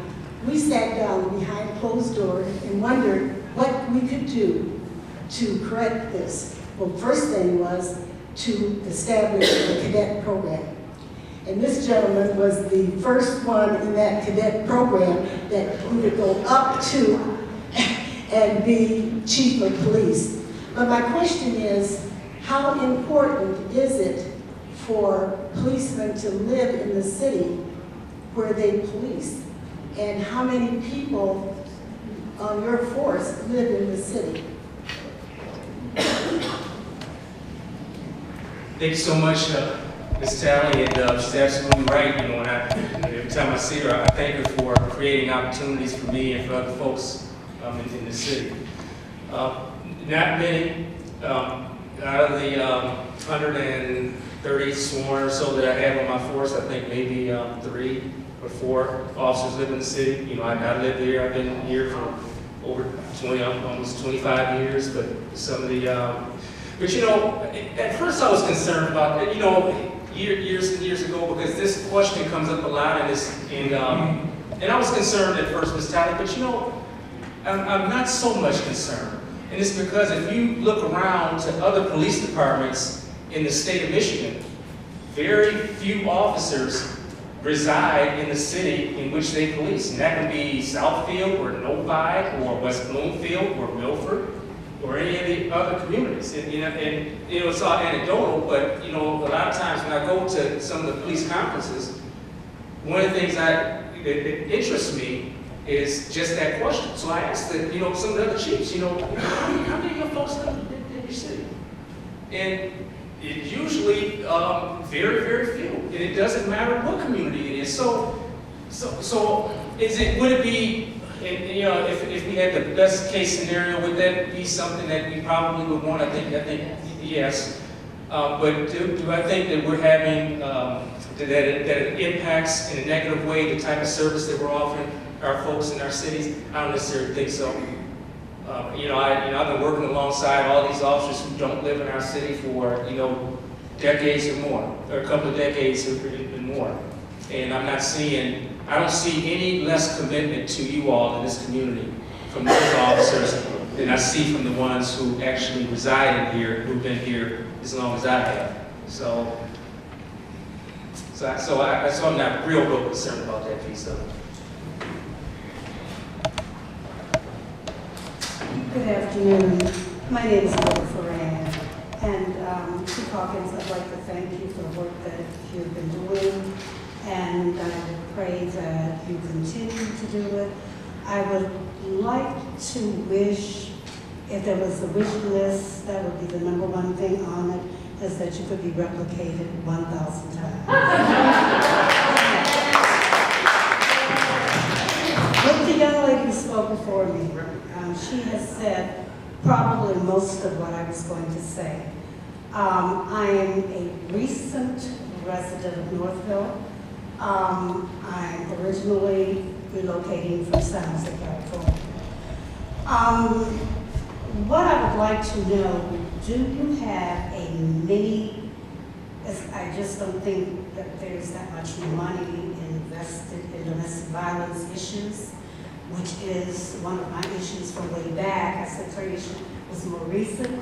So what I'm saying is, what kind of training is offered to the officers concerning domestic violence issues? Because I'm telling my life story because it goes all the way back to Louisiana when my abuse happened, and the police were more of a nightmare often than the abuse that was perpetrated against me.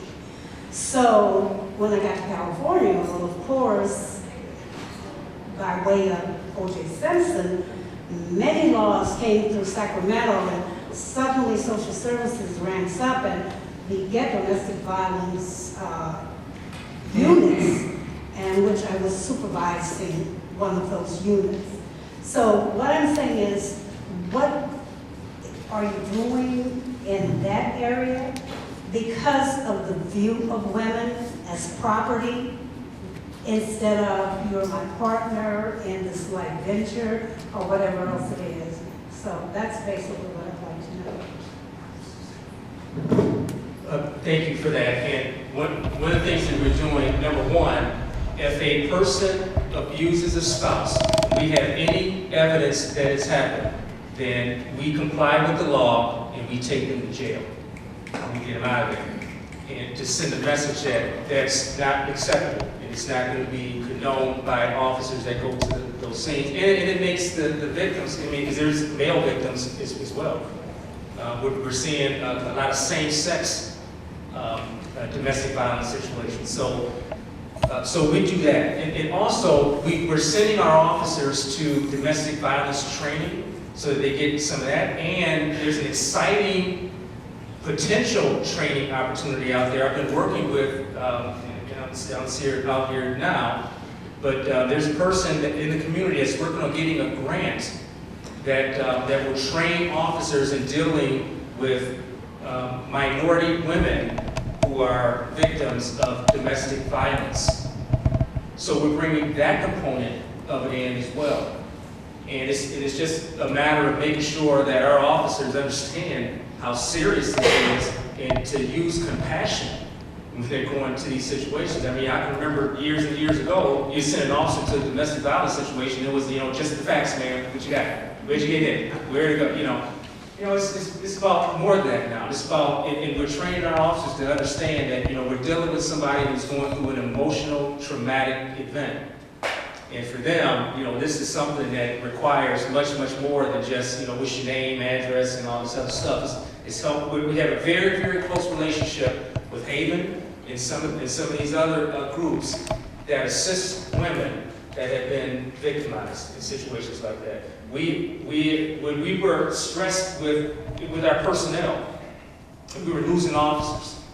And there was pressure to take officers out of the detective bureau and out of community policing and out of the schools and put them on the road because that's where we needed help. When we were getting that pressure, we kept them in all those other units, especially our domestic violence unit.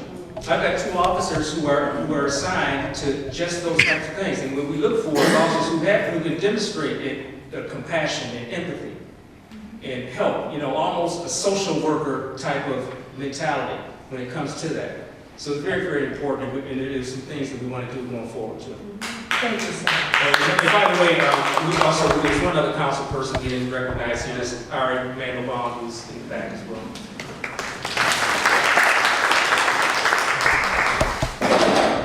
Hi. Thank you. I move my hands a lot, so I don't want to mic away from my mouth. My name is Jennifer Teed, and I am a Detroiter where I've lived my whole life. I don't get to Southfield very often, but I wanted to be here tonight because the topic is something that's really important to me that I care a lot about. I'm really concerned about the militarization of the police departments nationally. And so I wanted to be here, I wanted to hear what people had to say. The first thing I want to say is that I'm glad that people spoke up and shared their concerns about both Detroiters coming to Southfield and what that experience was like for them, or things that they have heard, and also just concerns around policing in general. I think that those are really important things, And I don't know if the circles that you're a part of, if you're hearing that a lot, but in the circles I'm a part of in Detroit, we're hearing this a lot. And so if it's new to you, I just want to encourage you to listen when you hear those comments from people, because that's their personal experience. My personal experience when I walked in today was a little reminiscent of what it feels like to go to a community meeting in Detroit. There are people who are invited to come speak, and those people bring all their people. And there's not often a lot of community representation. That was what I first felt like when I sat in this space. But then, as I started to listen to why everybody's here, it seemed like there's much more of a true community policing and community out there. And it's very exciting and hopeful to me, if I take this for face value from what I learned from you today, that this is really what Southfield is about. Being your neighbor next door. My question is, you've talked a lot about both the mayor and the chief, and that's the other thing that's exciting, and I literally said aw when you mentioned that you used to teach at the school where you were. I thought, well, Southfield's not a small town, you know, and so even that, I think, speaks a lot for who you are and why you wanted to rise to leadership and why your community supported you in that. So my question is, in your model that you have and are furthering to create, how are you sharing that with other police departments? Do you have opportunities for professional development and skill sharing throughout the state and the nation? Thank you for that observation, and we appreciate that. And I try to get to as many as the professional policing conferences that I can get to. And when I do, I always take the opportunity to share and take some of the things that other executives have in their places. There's some nuggets that I get that I bring to Southfield that folks are doing. I'm a part of the international network of police chiefs that, you know, we interact frequently, we share ideas. If we're not talking on the phone, then we're sending things through our listserv email where we're sharing ideas and concerns and things like that. And so I get a lot of that. I participate in that as much as I can. And it's very important to me because, you know, I love this profession and I want to see this, what we're seeing in Southfield. I want to see that in other places also. You know, because we all have children and family members and friends who go other places than Southfield. And so I want them to have that same experience when they go someplace else that they have when they come to the city in which I serve. So I get that opportunity. Just briefly, and thanking you for that. I also wanted to share too something that I think is so important. A friend of mine actually made a song about this. I won't share the first word because you could figure it out. So the title of his song and the refrain are "Blank the police, not the policeman." And I think that that's another thing that we need to educate our friends about, is that there might be a system that we're unhappy with, or a hierarchy, or the training, but the policemen and women are people. Thank you.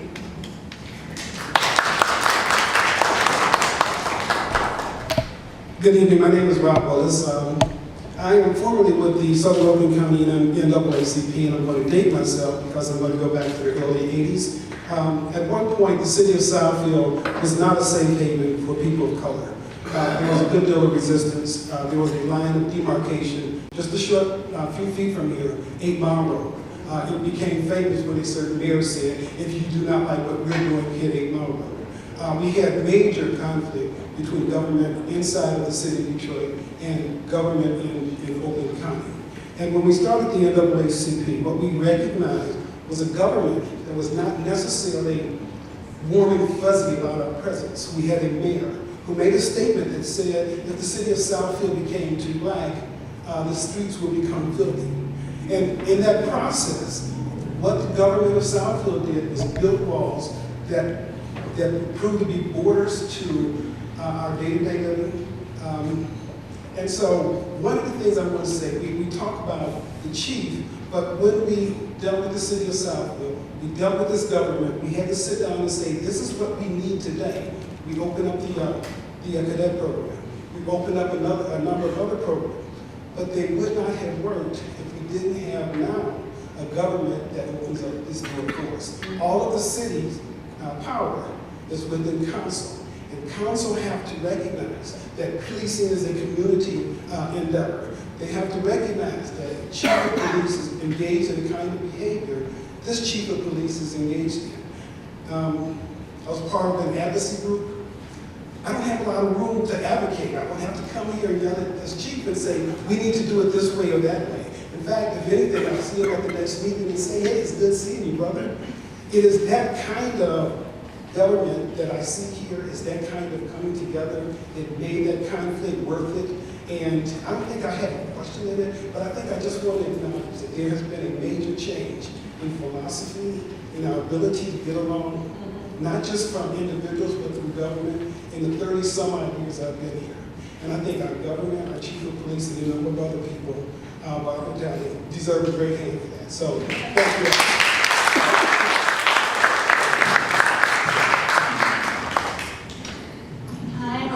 Just real quick, Chief Hawkins, I just want to piggyback on what you said about the mental health services.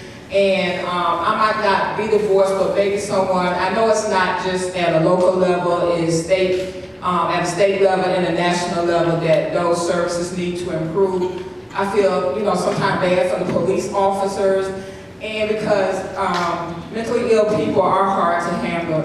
And so I do hope that that improves. And sometimes race does play a part in who goes to jail and who maybe get help. We don't have a state hospital here, and sometimes sharing a person's story, as you say, does bring a light to it. I have a son that was 25 who basically died in Oakland County Jail this past March, who was diagnosed as schizophrenic. So just having, if we can have a takeaway, that part of the puzzle is missing. Not having adequate mental health service increases the crime rate. It's not fair to the public, it's not fair to the police officer, it's not fair to the mentally ill person. So sometimes it's hard to show compassion because the person is being psychotic or they could be perceived a threat, but I hope that the community or the nation, everyone improves on how we treat the mentally ill and far as the services. Thank you.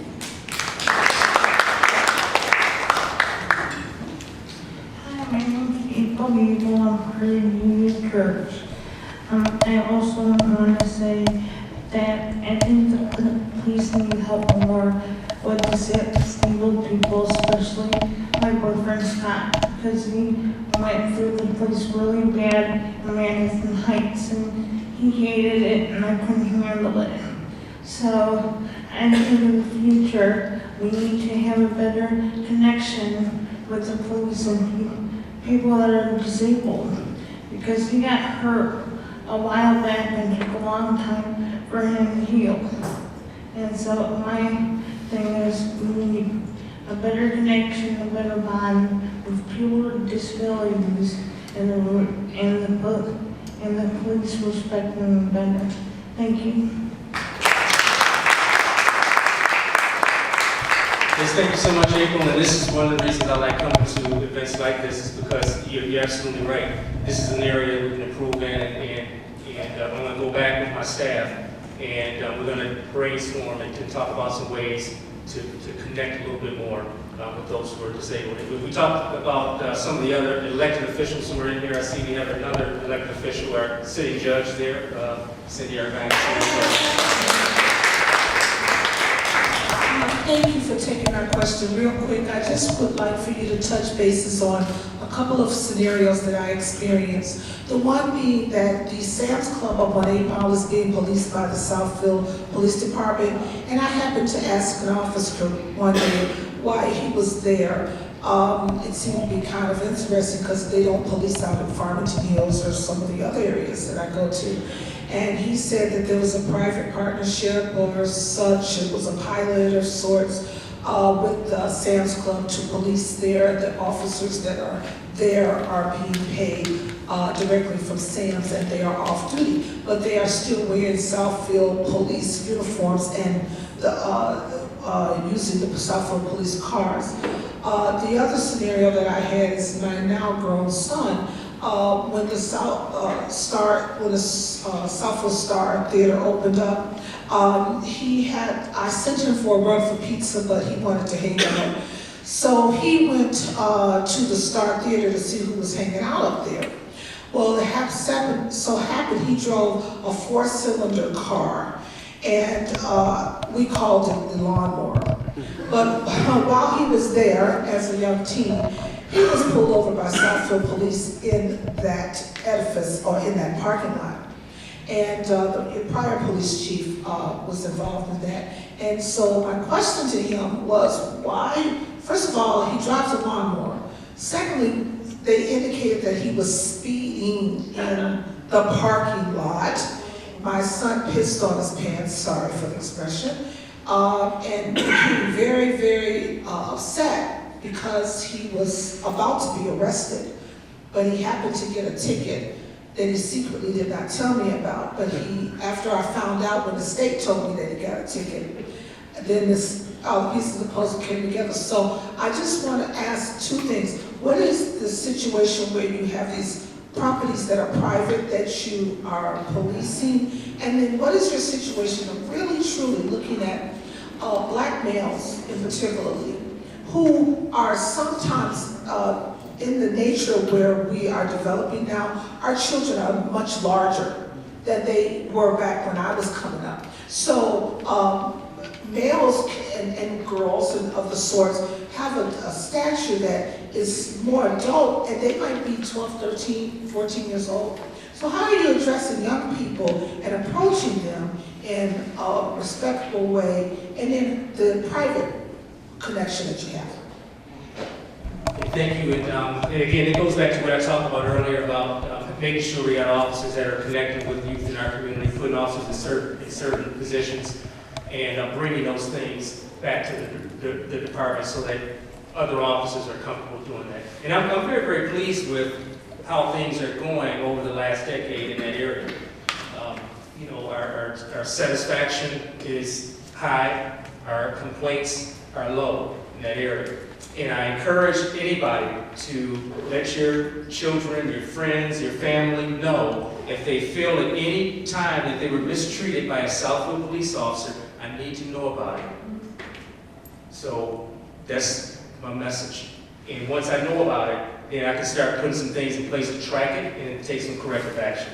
The Sam's Club deal, it's a very, very innovative public-private partnership.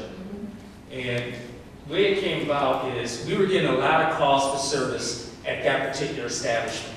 And what it was requiring was excess staffing.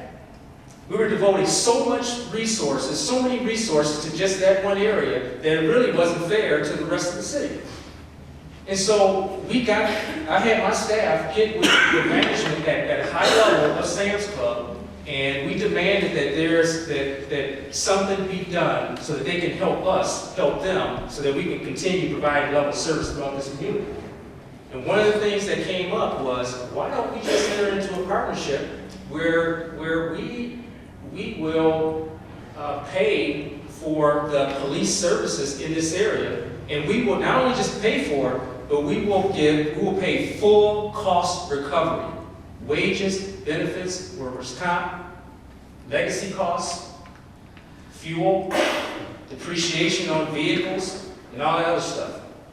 And they said, you know what, we'll do that, and we'll pay all those costs for an officer. We want an officer on site the entire business hours that this establishment is open. We'll pay all those things, and moreover, when that officer is on the property that they are paying for, full cost recovery, if we have any incident, any major incident that occurs in that area, that officer is free to leave that property and go help. Wow. So what it does is it helps us resolve an issue at a property, and it helps them because it helps people feel safer going down there. So I'm pretty sure their profits are increasing and all that. It helps us with our crime rate because now a lot of those things we tracked it for the first year and a half that we had this partnership. And what we saw was in the year and a half before, we were seeing, I think it was 8 to 10 incidents per month at that one establishment. And most of those incidents were things like purse snatchings, some robberies, smash and grabs, cars being left up on blocks. All these things that not only keep people from going to that place, but not coming to Southfield at all. And then for the year and a half after that, it was down to maybe 1 or 2 incidents a month. And those incidents were shoplifting and credit card fraud. So we really...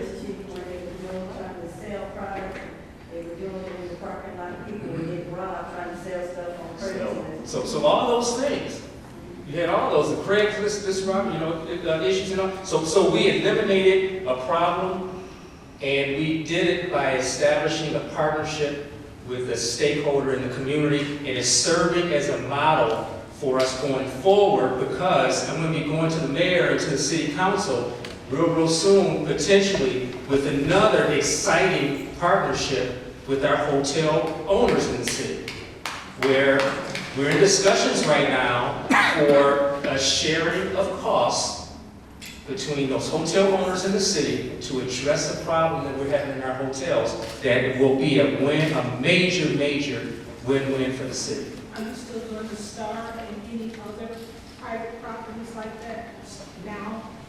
Yeah. Yes. Do you have a partnership with the Star Theater or any other properties like that? Yes, and we have similar partnerships, not to the scale of what we have down at Sam's Club, but occasionally some other property have an issue where they're going to have a major event at the place, and they decide they want some extra police presence. And we can't take officers off the road and dedicate them solely to that place. So what we do is enter into just a temporary partnership with them, where they pay full cost recovery for 1 or 2 or 3 officers, or whatever they feel comfortable with at that time, on a case-by-case basis.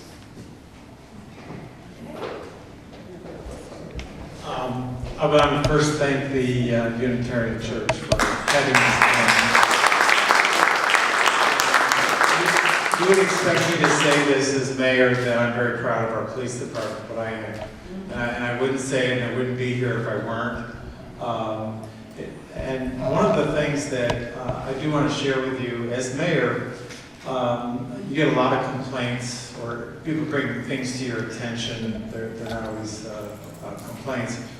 And a number of them are issues that they're just neighbor-to-neighbor issues. And one of the strengths of our department, and I don't think Eric really emphasized it enough, is that we have 3 community policing officers. We refer to Kelly Buckberry, there are a few others, 2 others. And for instance, the other day, a neighbor called me. He's just frustrated with his neighbor. They can't stop the dog from barking. It's annoying. I'm up all night. Mayor, can you do something about this? And, I'm not a dog warden or anything like that. But I call the community policing officer. And the policing, and what happens with these officers, again, because of how they're trained, they go out and they diffuse a situation that could easily escalate in the neighborhood. They bring the parties together and they work on mutual resolution of how things. And every day on the news we see these really kind of idiotic incidents that turn into something really ugly, and the next thing you know, somebody's hurt or killed. And we don't want that here, and I think that it really helps to have the community policing officers. But another thing is that they, when you know somebody, you behave better. You feel responsible. And our police officers made that attempt. They put the human face on the police department, so it's not an institution. These are people that are there to protect and serve us. And that is something I see over and over again in our department.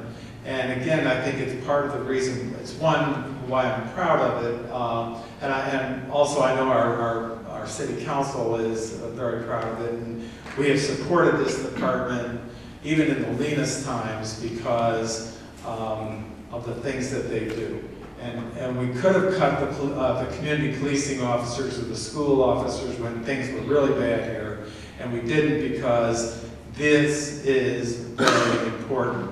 And then, you know, there's something else that Eric or some other speakers alluded to, and that's our Citizens Police Academy. He's got an advisory board, but he also has a police academy. And the police academy, it just brings, folks can come in, they just sign up, and they shadow for, what, 8 to 10 weeks? They shadow the police department. And again, it works both ways. It's an opportunity for the police department to get to know the citizens, and it's also an opportunity for the citizens to appreciate what our police department does. We also do something called Coffee with a Cop, where you just go in, have coffee, and a number of officers show up at the coffee shop. It's all those little things that, again, put a human face on our police department. And again, I'm extremely proud of this department. They do a great job, and as Ms. Gerald said, every time they're out there, they are putting their lives on the line.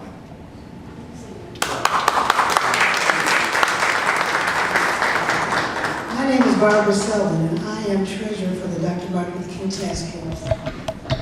I first of all want to make 2 comments and 1 question. I wanted to ask Ken Siver, what standards do you think you hold so high that make the city of Southfield what it is? The second question is for Patricia Haynie. I need you to know that we have a strong task force, and diversity is our strength. And you can feel what the Martin Luther King Task Force does for this particular city.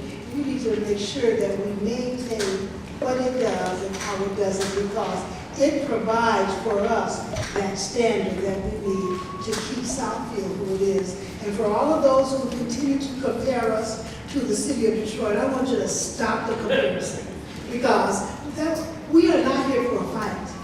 And we are probably all from Detroit, and we've been where they are, and that's how they say who they are, and we are there for them too. So we are, again, set full of standards, and we want our standards to stand tall. Ken, what are our standards? I like this. We are, before you answer, we are about 30 minutes over time, so I'll ask the mayor to say very briefly, we can wrap up. Thank you. In my whole tenure in public service in Southfield, it's something I've always, and I've lived here 50 years, something I've always talked about is the Southfield standard. That we need to have a safe and clean community, and I'm proud of the fact that we're inclusive and that we all get along. As a school administrator for years, we've never had a racial incident in our schools. We had peaceful integration. We worked very hard on understanding and appreciation for differences. And I know that this church is all about that. And so I consider this part of the Southfield standard.